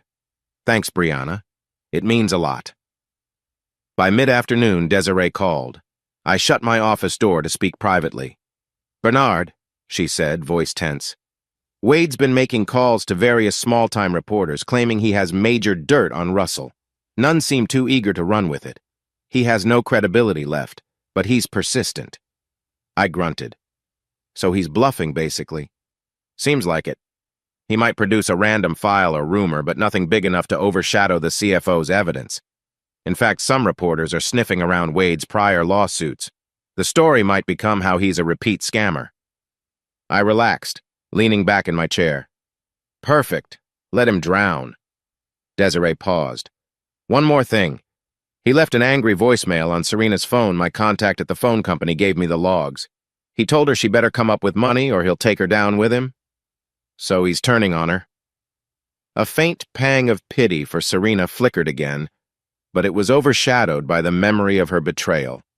She chose him. Now she's reaping that. Desiree sighed. Exactly. My guess is, within a week or two, the police might round them both up if they find direct proof Wade orchestrated everything. Are you okay with that? My lips pressed into a thin line. Yes, she dug this hole. I'm done protecting her. I just want my divorce and my rightful share. Understood, Desiree said gently. If you need any more investigation done, let me know. Otherwise, my job is about done here. I thanked her, hung up. So even Wade and Serena's alliance was imploding. The final heartbreak for her, I supposed, discovering that her lover was turning on her. I should have felt triumphant, but mostly I felt numb. Maybe that was the cost of revenge. You kill your own capacity for easy joy in pursuit of a moral or personal justice. That evening, Randall texted me. Serena's been served the divorce papers. She's apparently panicking, tried calling my office. She has no defense. We can push for a quick resolution. I typed back, good, let's do it. Part of me pictured her reading those papers, realization sinking that I was severing all ties. No more illusions of me maybe returning. She'd face the meltdown alone, with Wade's threats compounding her misery. Sighing, I tried to focus on lounge tasks. But my mind kept wandering to the swirl of legal battles, the detectives' upcoming final charges. The entire city seemed to know about the fiasco, though few confronted me directly. This was high society, after all. Everyone whispered behind closed doors. Late that night, I got a final text from an unknown number. Expecting Wade, I opened it warily. Instead, it was from Serena. Bernard, I got the divorce papers. I guess there's nothing left to say. I'm so sorry for everything. I know you won't forgive me, but I had to say it one last time. Take care of yourself. I stared at the text for a solid minute, an ache forming in my chest. We'd come a long way from that bright-eyed couple. Even though my plan was nearly fulfilled, I felt a rush of memories and regrets. Did she deserve some measure of mercy, or was that weakness on my part? Finally, I typed a short reply. I'm sorry it ended like this. Goodbye, Serena. Then I switched off my phone, sank into the spare bed at Josh's place, and willed myself to sleep. Tomorrow, the sun would rise on a world where I was no longer her husband, no longer a naive believer in love's permanence, but a man who survived betrayal by forging a methodical revenge. I hardly slept the night after Serena texted me that final apology. Something in her tone had sounded heartbreakingly genuine, igniting a swirl of memories of how we once laughed together, planned a future together. But the rational side of me refused to soften.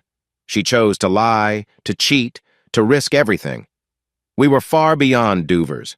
I'd filed for divorce, the board had thrown her out, the detective was poised to charge her with fraud. That was the unstoppable trajectory of her actions, and I was the calm, battered, but determined survivor in the wreckage she left behind.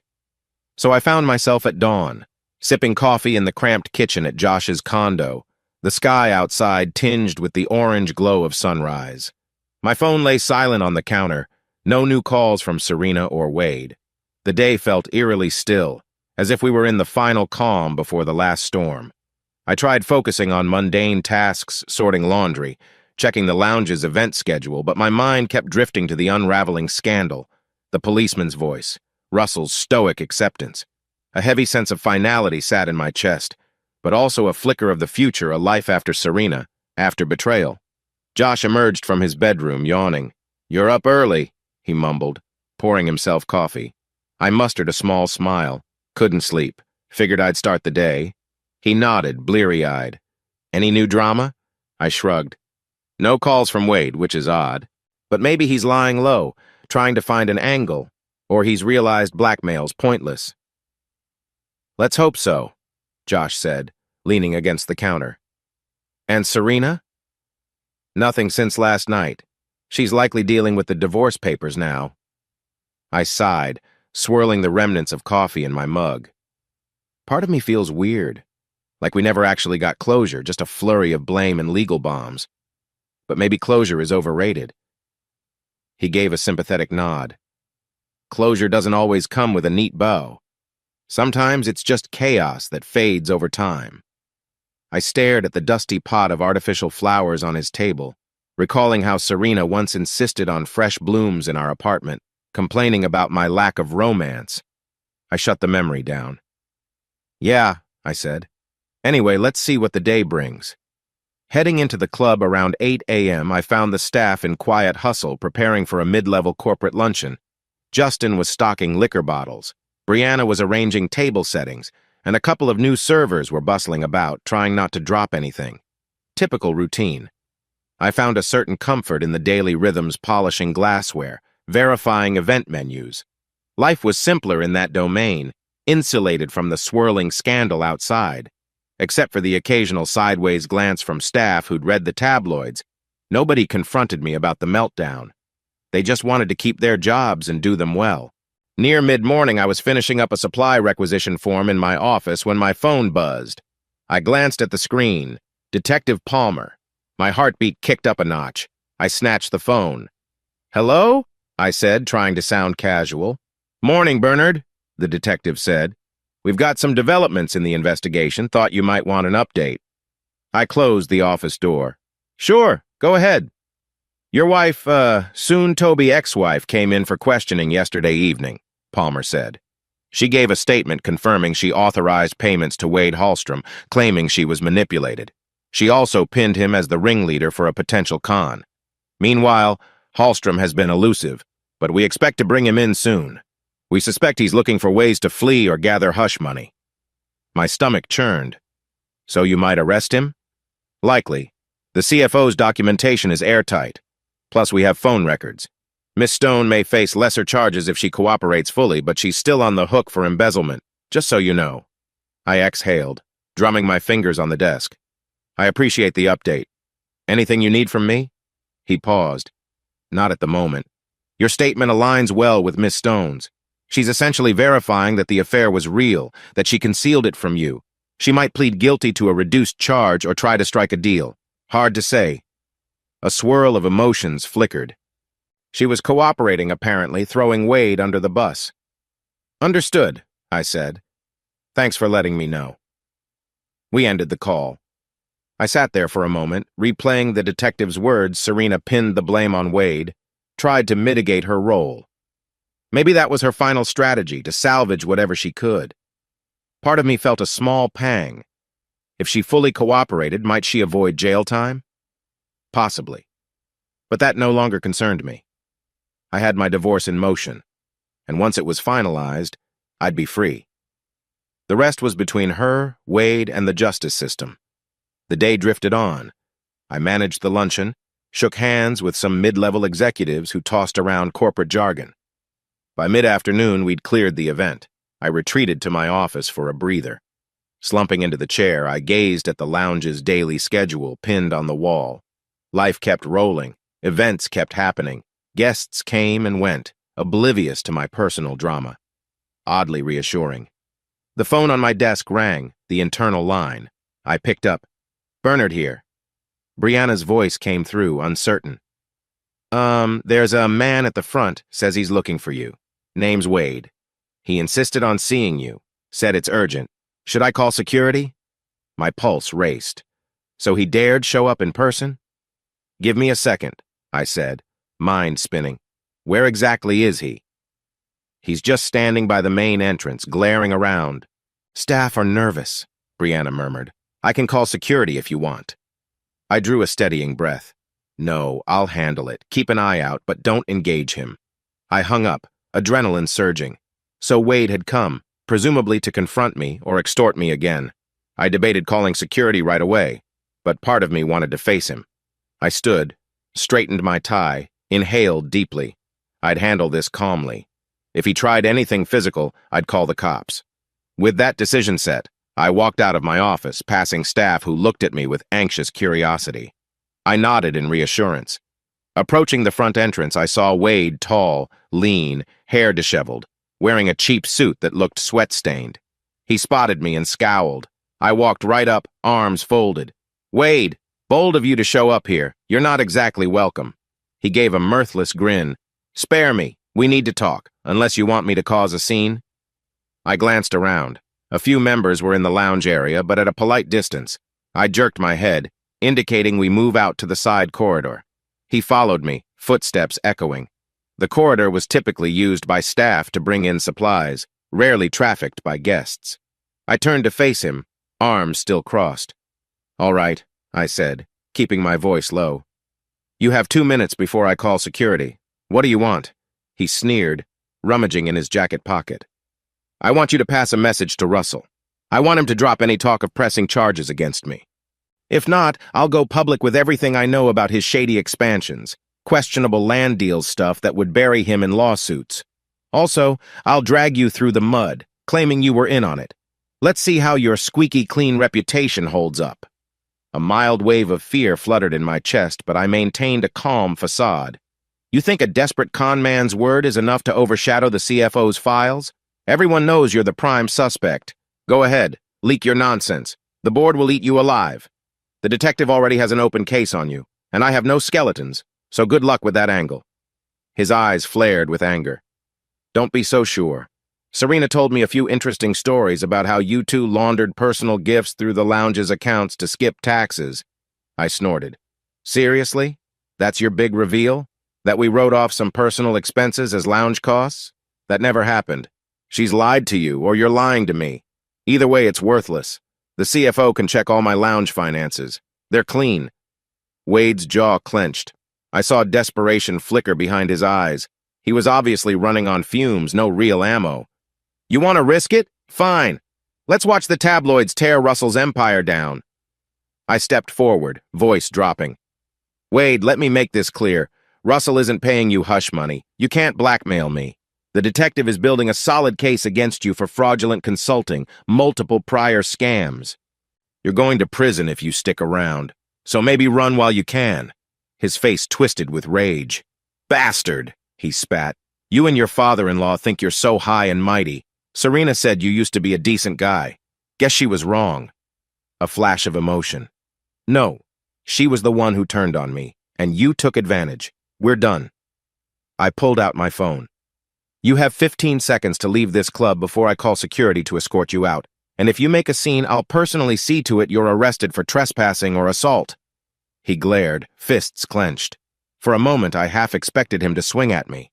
Tension crackled, but at last he let out a derisive scoff. You'll regret this. I'll find a way to make you pay. I gave him a cold look. Get out, Wade. He turned on his heel, marching away down the corridor. I watched him go, adrenaline roaring in my ears. Once he was gone, I exhaled sharply, phone still clutched in my hand. So that was the mighty Wade Hallstrom's grandstand empty threats, desperate posturing. Good riddance.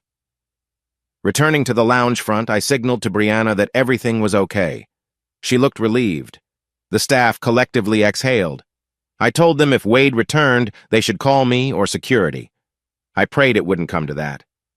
That night, I recounted the confrontation to Josh back at his condo. He listened with wide eyes, halfway through a microwaved burrito. Dude, that's insane. So he threatened you physically or just verbally? Just verbally. No real ammo. I told him to beat it. He left. I slumped onto the couch, rubbing my temples. But it's draining, you know? The tension. Always having to watch your back. Josh nodded. Yeah, man. You're basically living in a soap opera.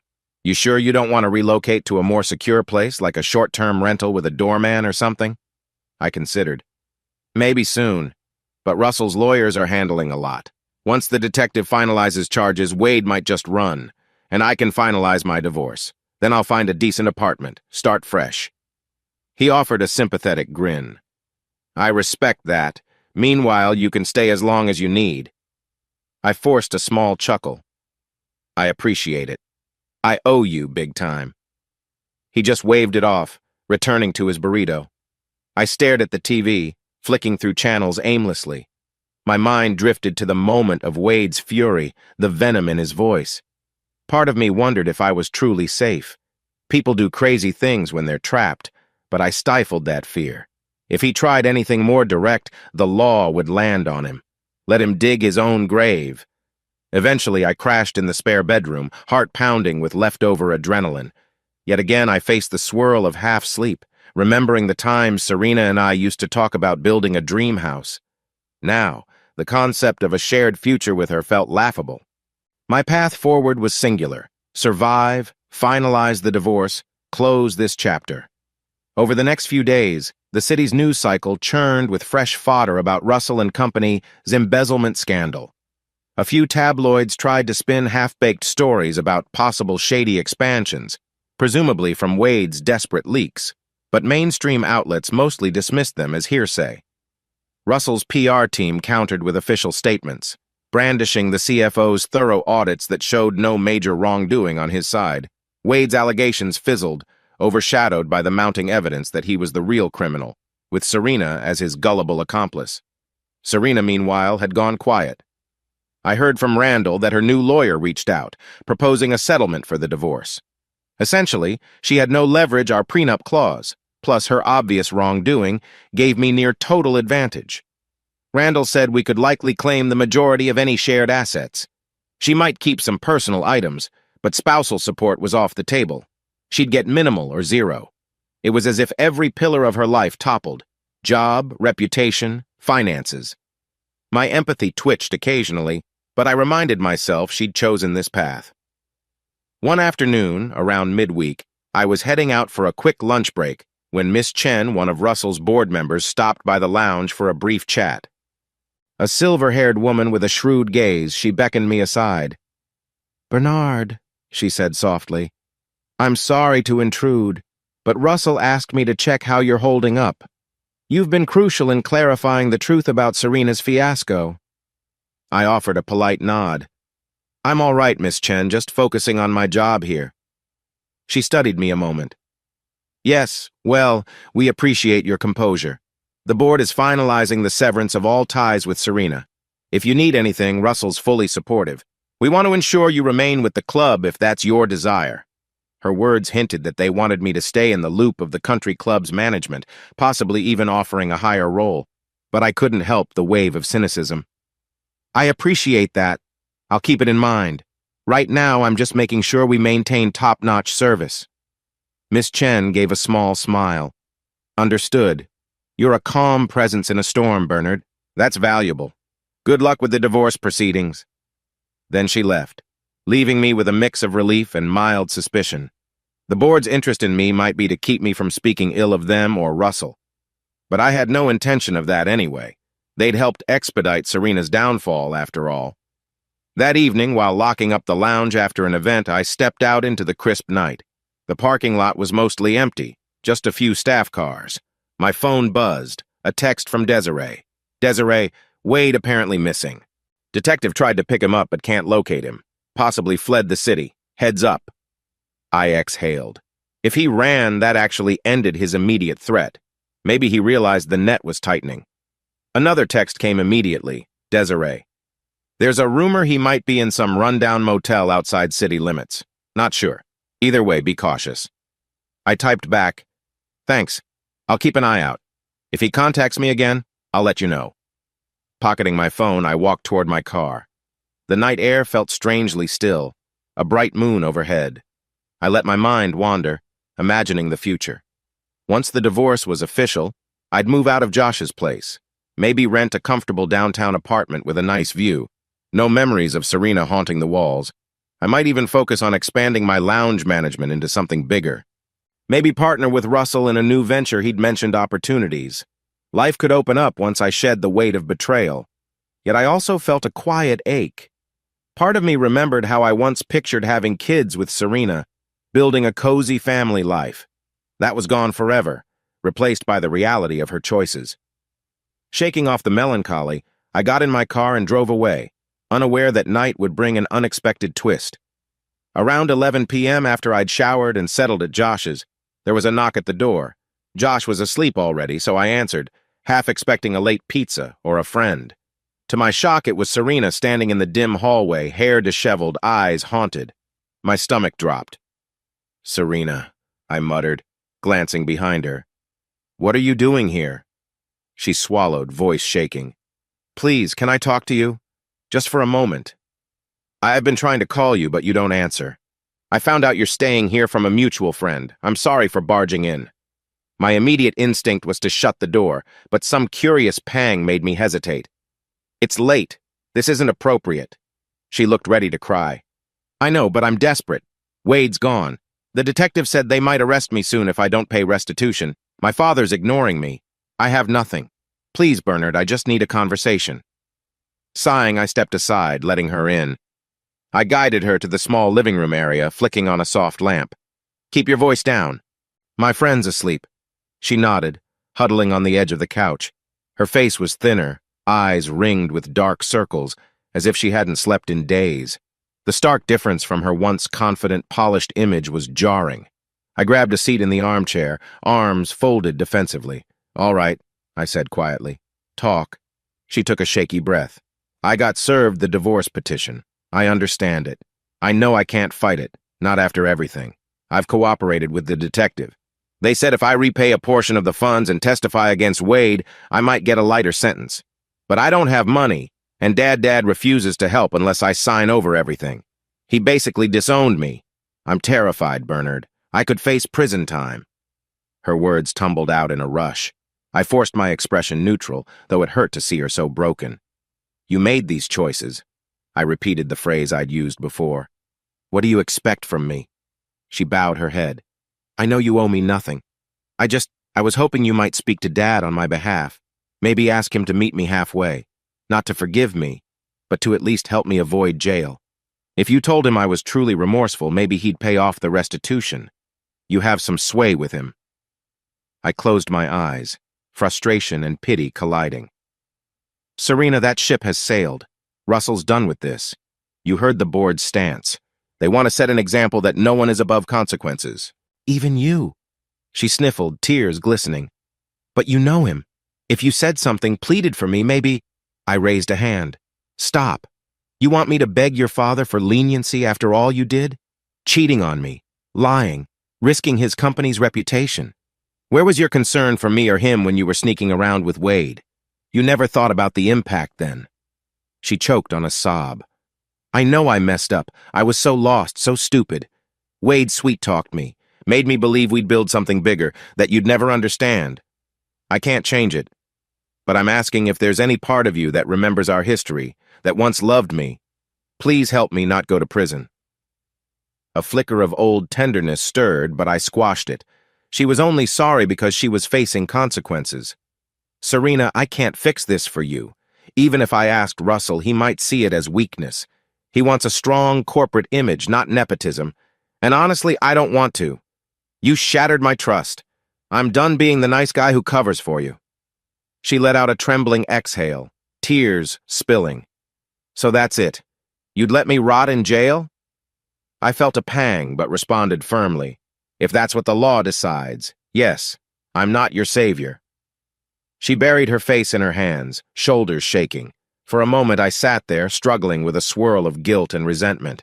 Then she lifted her gaze, eyes red. "I know this is all my fault, but I never wanted to destroy us." "Serena," I cut in softly. I spent months gathering proof of your cheating. You left me no choice. I gave you opportunities to come clean. You never did. Now you want mercy. It doesn't work that way." She stared for a long moment, tears glistening. Then she gave a tiny nod, resigned. "I see. I guess I just had to try." Her voice caught. "I'm sorry for everything. If I could go back—" "You can't," I said gently, though bitterness laced my tone. She squeezed her eyes shut, wiping tears. "Right. So good luck. I'll sign the divorce agreement, whatever. I'll face whatever's coming." She rose unsteadily, heading for the door. At the threshold, she paused, glancing over her shoulder. "For what it's worth, I did love you once. I never lied about that." A raw ache twisted in me. "Goodbye, Serena," I whispered. She opened the door and stepped out into the night, closing it softly behind her. In the silence afterward, I felt a surge of conflicting emotions: anger, sadness, finality. I'd been pushing for her downfall, but seeing her so shattered left no sense of triumph, only a hollow pang. This was the cost of revenge, the cheater undone, but the avenger gets no easy joy. Still, I reminded myself that mercy would only undermine my principles. She'd turned on me, defrauded her father. Let her face the music. Eventually, I sank onto the couch, head in my hands, letting the swirl of emotions pass. Tomorrow, I'd update Randall that Serena intended to sign the divorce settlement. That meant I'd soon be free legally. The life we once planned was truly dead. Maybe I'd feel relief once the documents were finalized. Maybe not. But the path was set, and I intended to follow it to the end. Time has a strange way of both slowing down and speeding up when big life events converge. In the ensuing weeks, final pieces of the puzzle clicked into place. The detective's office announced that a warrant had been issued for Wade Hallstrom's arrest on multiple fraud charges, but he remained at large, presumably having skipped town. Rumors suggested he might have fled to another state, maybe even out of the country. Without him to defend his vile self, the media hammered him as the prime villain. Serena was cast as a foolish accomplice who faced legal consequences, but might get leniency by cooperating. Meanwhile, Russell and company publicly declared they'd recovered partial losses from Serena's personal accounts. She apparently sold off some possessions, possibly jewelry or her car, scraping funds to repay a fraction of what she stole. The final restitution was still pending, but the point was, she was left financially devastated. Russell's stance was, "We do not protect wrongdoing, even if it's my own daughter." It was a brutal statement of principle, but it satisfied the board and shareholders. As for me, the divorce settlement advanced swiftly. Randall marveled at how quickly Serena's lawyer capitulated to all our demands. Serena signed disclaimers acknowledging her fault, waiving spousal support. I gained a lion's share of any joint assets, though we never had a ton, mostly just the condo we once shared, some investments, and personal savings. The condo was now mine. I decided to sell it, not wanting the memories. Randall said it was an excellent outcome for me, legally speaking. One overcast afternoon, I stood in the empty living room of that condo, the place Serena and I used to call home. Boxes sat stacked along the walls. I'd come to gather the last of my things before listing the property. A wave of nostalgia flickered as I gazed at the scuffed hardwood floor where we danced once, at the faded paint mark from when we tried to hang a big family portrait. The intangible ghosts of happier times lingered. With a steadying breath, I walked around, double-checking drawers and closets. Found an old framed photo of us at that Florida beach. She wore a bright sundress, arms around me. For a moment, my throat tightened. Then I placed it in a box of items I'd probably toss later, unwilling to let it remain here to haunt me. Letting go didn't happen all at once, but I was determined to move forward. My phone buzzed Randall. I answered. "Hey." He sounded upbeat. "Bernard, good news. The final divorce decree's been approved by the judge. It's official as of this morning. You're now single, and the property belongs to you entirely. Once you sign a few more documents, that's it. Done." A swirl of relief, tinged with sadness, rushed through me. "Wow," I murmured. "It's really over." "Yep, clean break. Congrats, I guess." He paused. "You did well, legally speaking. This is about as favorable an outcome as one can get in a messy cheating scenario. If you need anything else, let me know." "Thanks, Randall. I appreciate everything." I said softly, ending the call. I stood in the silent condo, letting the finality sink in. I was no longer a married man, no longer tethered to Serena's fiasco. A part of me felt unmoored, but mostly it felt like a weight lifted. This was the moment I'd orchestrated for so long. I pocketed my phone, picked up the old beach photo, gave it a final glance. The naive, happy couple in that snapshot felt like strangers. "Goodbye," I whispered, sliding the frame face down into the box. Then I left the condo, locking the door behind me. A new era awaited. In the following days, I took steps to shape that new era. I'd arranged for a real estate agent to sell the condo. Meanwhile, I started apartment hunting in a nicer part of town, a fresh space, free of ghosts. I also quietly explored business opportunities. Russell had once hinted I might help manage or co-own a new hospitality branch. But I wasn't entirely sure I wanted to remain under his sphere, given the complicated family meltdown. So I weighed options. Maybe I'd start my own lounge downtown. My experience at the country club was valuable, and my name carried respect among members. Through all this, the lounge's day-to-day routine carried on. Miss Chen occasionally dropped by, hinting that the club might promote me to a higher managerial role if I stayed. The staff, Justin, Brianna, the rest respected me, curious if I'd become the next GM if the current one ever retired. I kept an open mind, not committing yet. My gut told me a fresh start might be more freeing. Serena, on the other hand, mostly disappeared from my radar. She texted me once or twice to confirm she'd moved her personal items out of the condo. No drama, just polite finalities. The detective seemed close to finalizing her plea bargain. She'd get probation or a suspended sentence if she paid restitution and testified fully about Wade's manipulations. So she might avoid prison. That was that. I felt no urge to see her or rehash old wounds. Our chapter was done. One breezy afternoon, Miss Chen scheduled a lunch meeting with me at a quiet bistro near the club. She arrived in a crisp blazer, greeted me warmly. We ordered salads. Then she leaned in, eyes gleaming. "Bernard, I'll be direct. The club's board admires your handling of the fiasco. We'd like to offer you an expanded role, possibly a co-management position overseeing not just the lounge, but also events across the entire club. It comes with a significant raise, more influence. If you accept, we can fast-track it." I raised my eyebrows, heart flickering with intrigue. "That's quite an opportunity. But are you sure the board wants me, given all the personal drama with Serena? I'm not exactly a neutral figure." Miss Chen waved that off.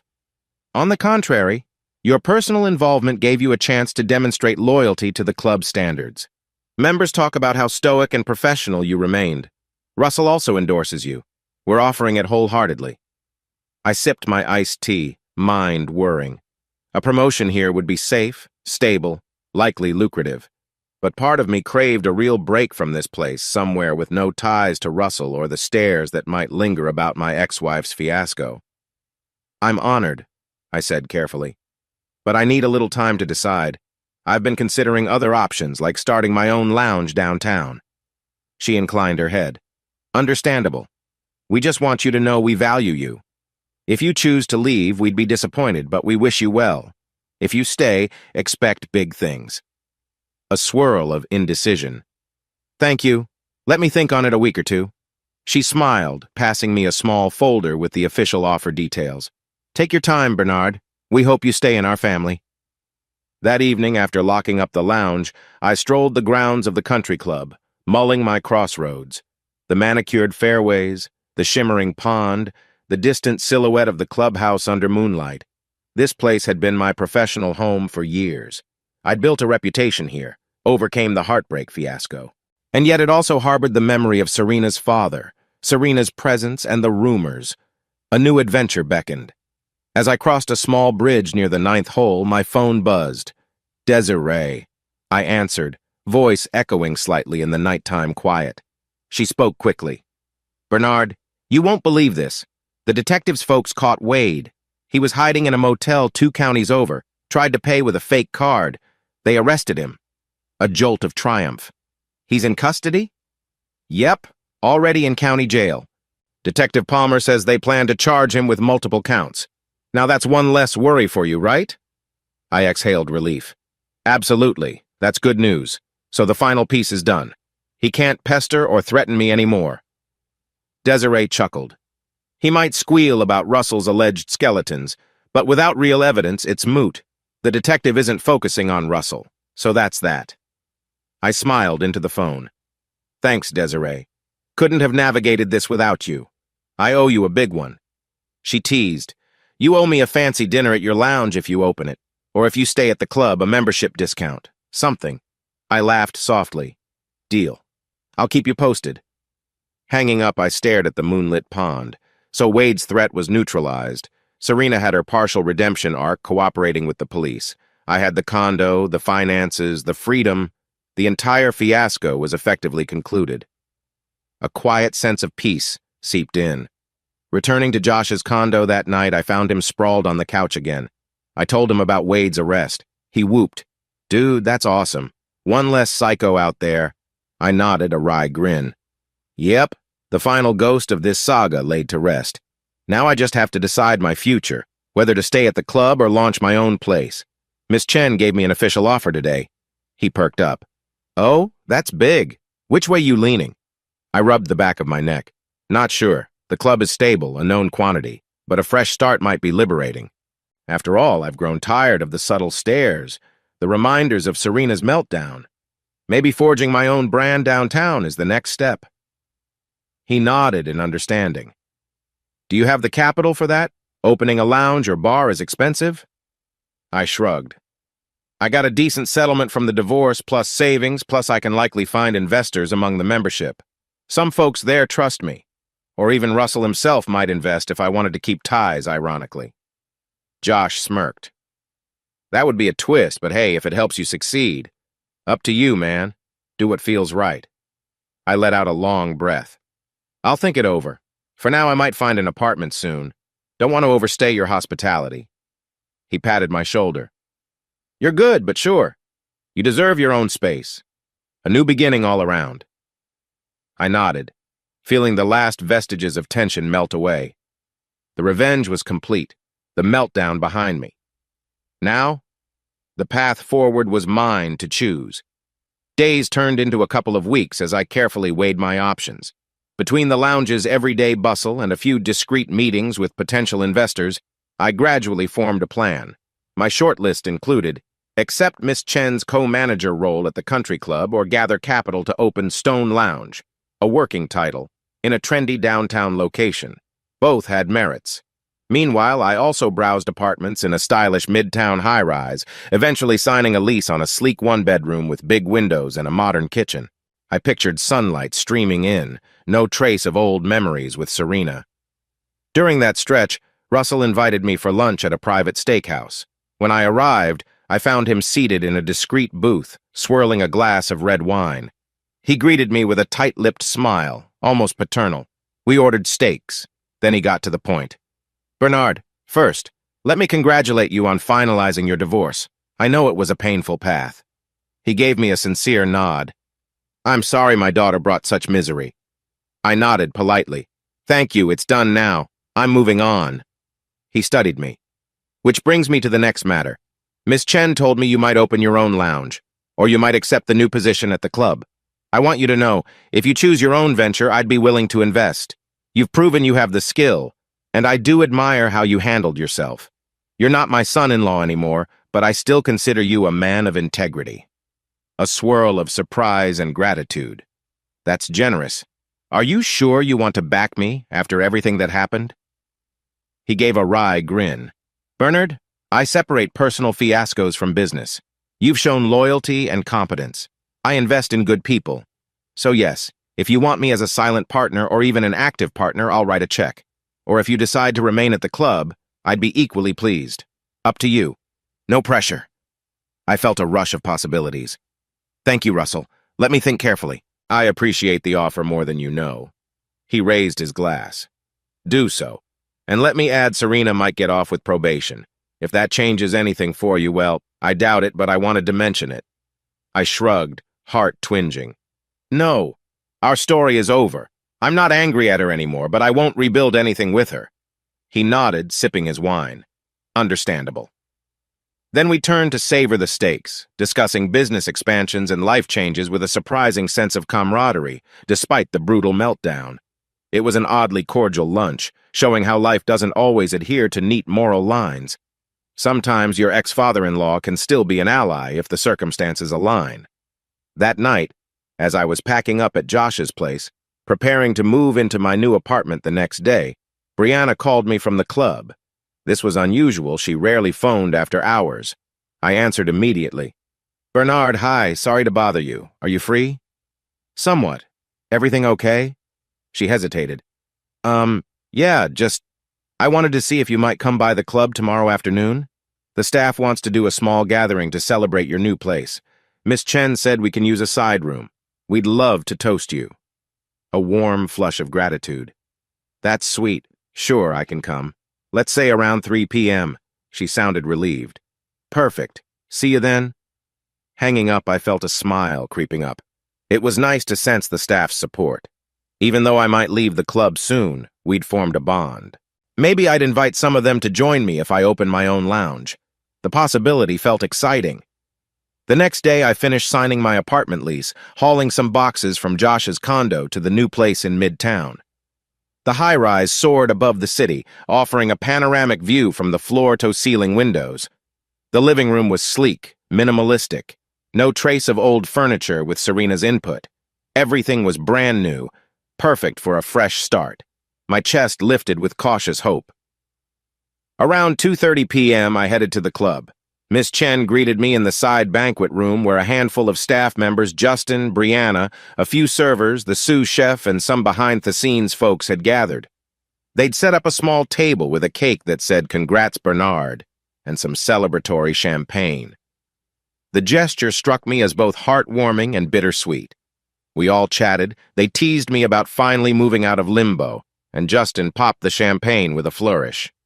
Miss Chen made a short speech praising my dedication to the lounge, how I'd guided them through hectic events and personal trials. She concluded with a quip about hoping we can keep him in our family, or at least remain on good terms if he moves on. Laughter and clinks of glasses followed. I took a moment to thank them, my voice a bit shaky with genuine emotion.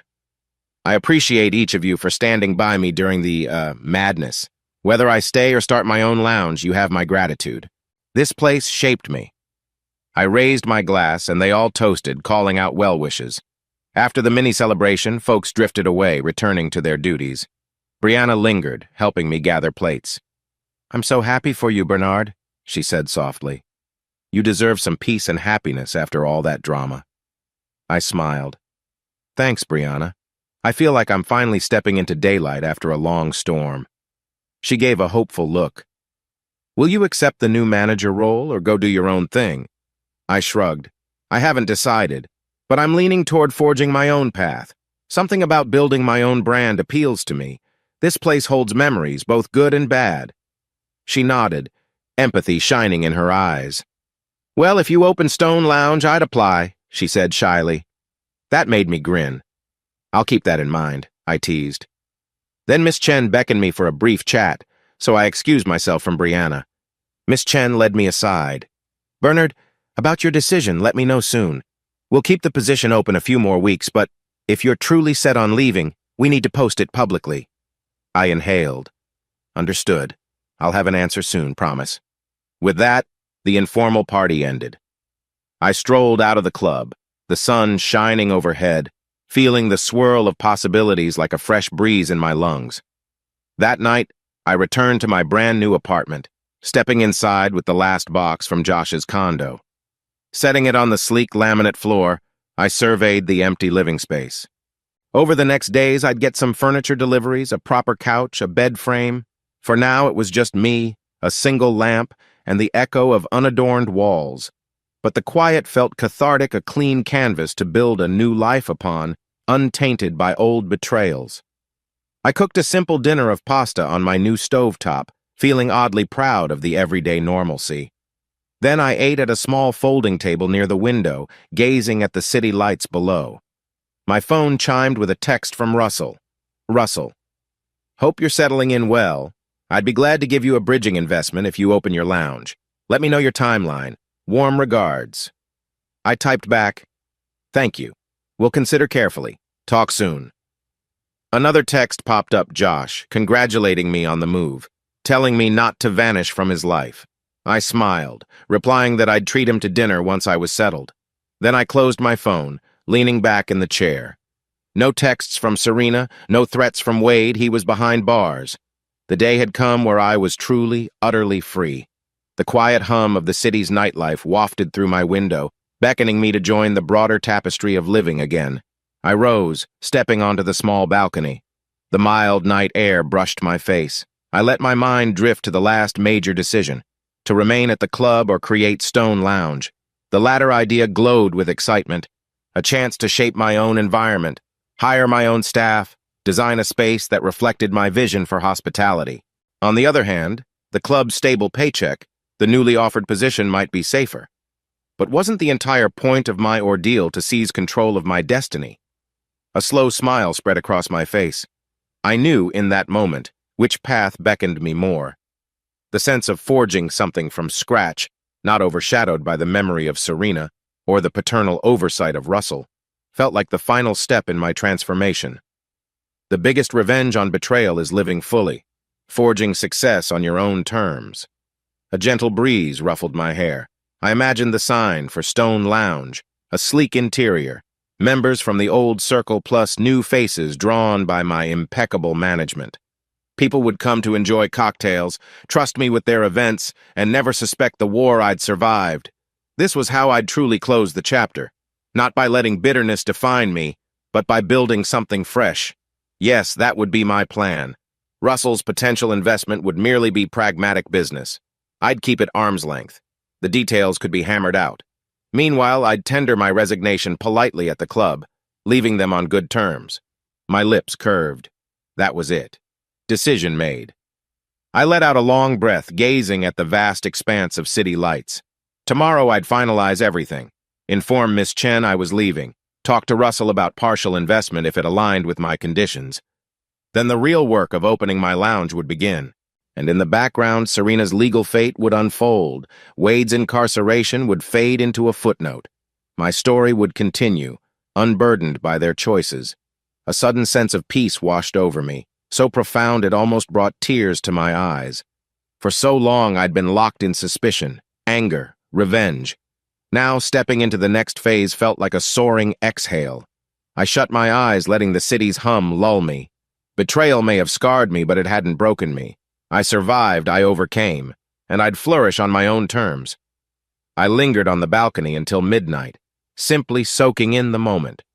Eventually, I retreated inside, rummaging for pajamas in a half-unpacked box.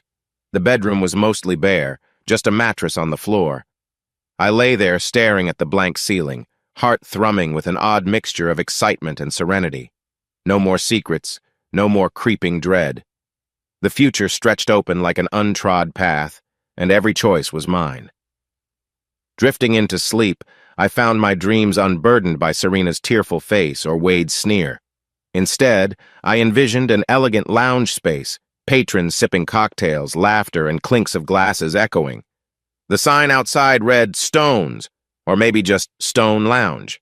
The details blurred, but the vibe was bright, welcoming. My domain, my legacy. At last, I felt free.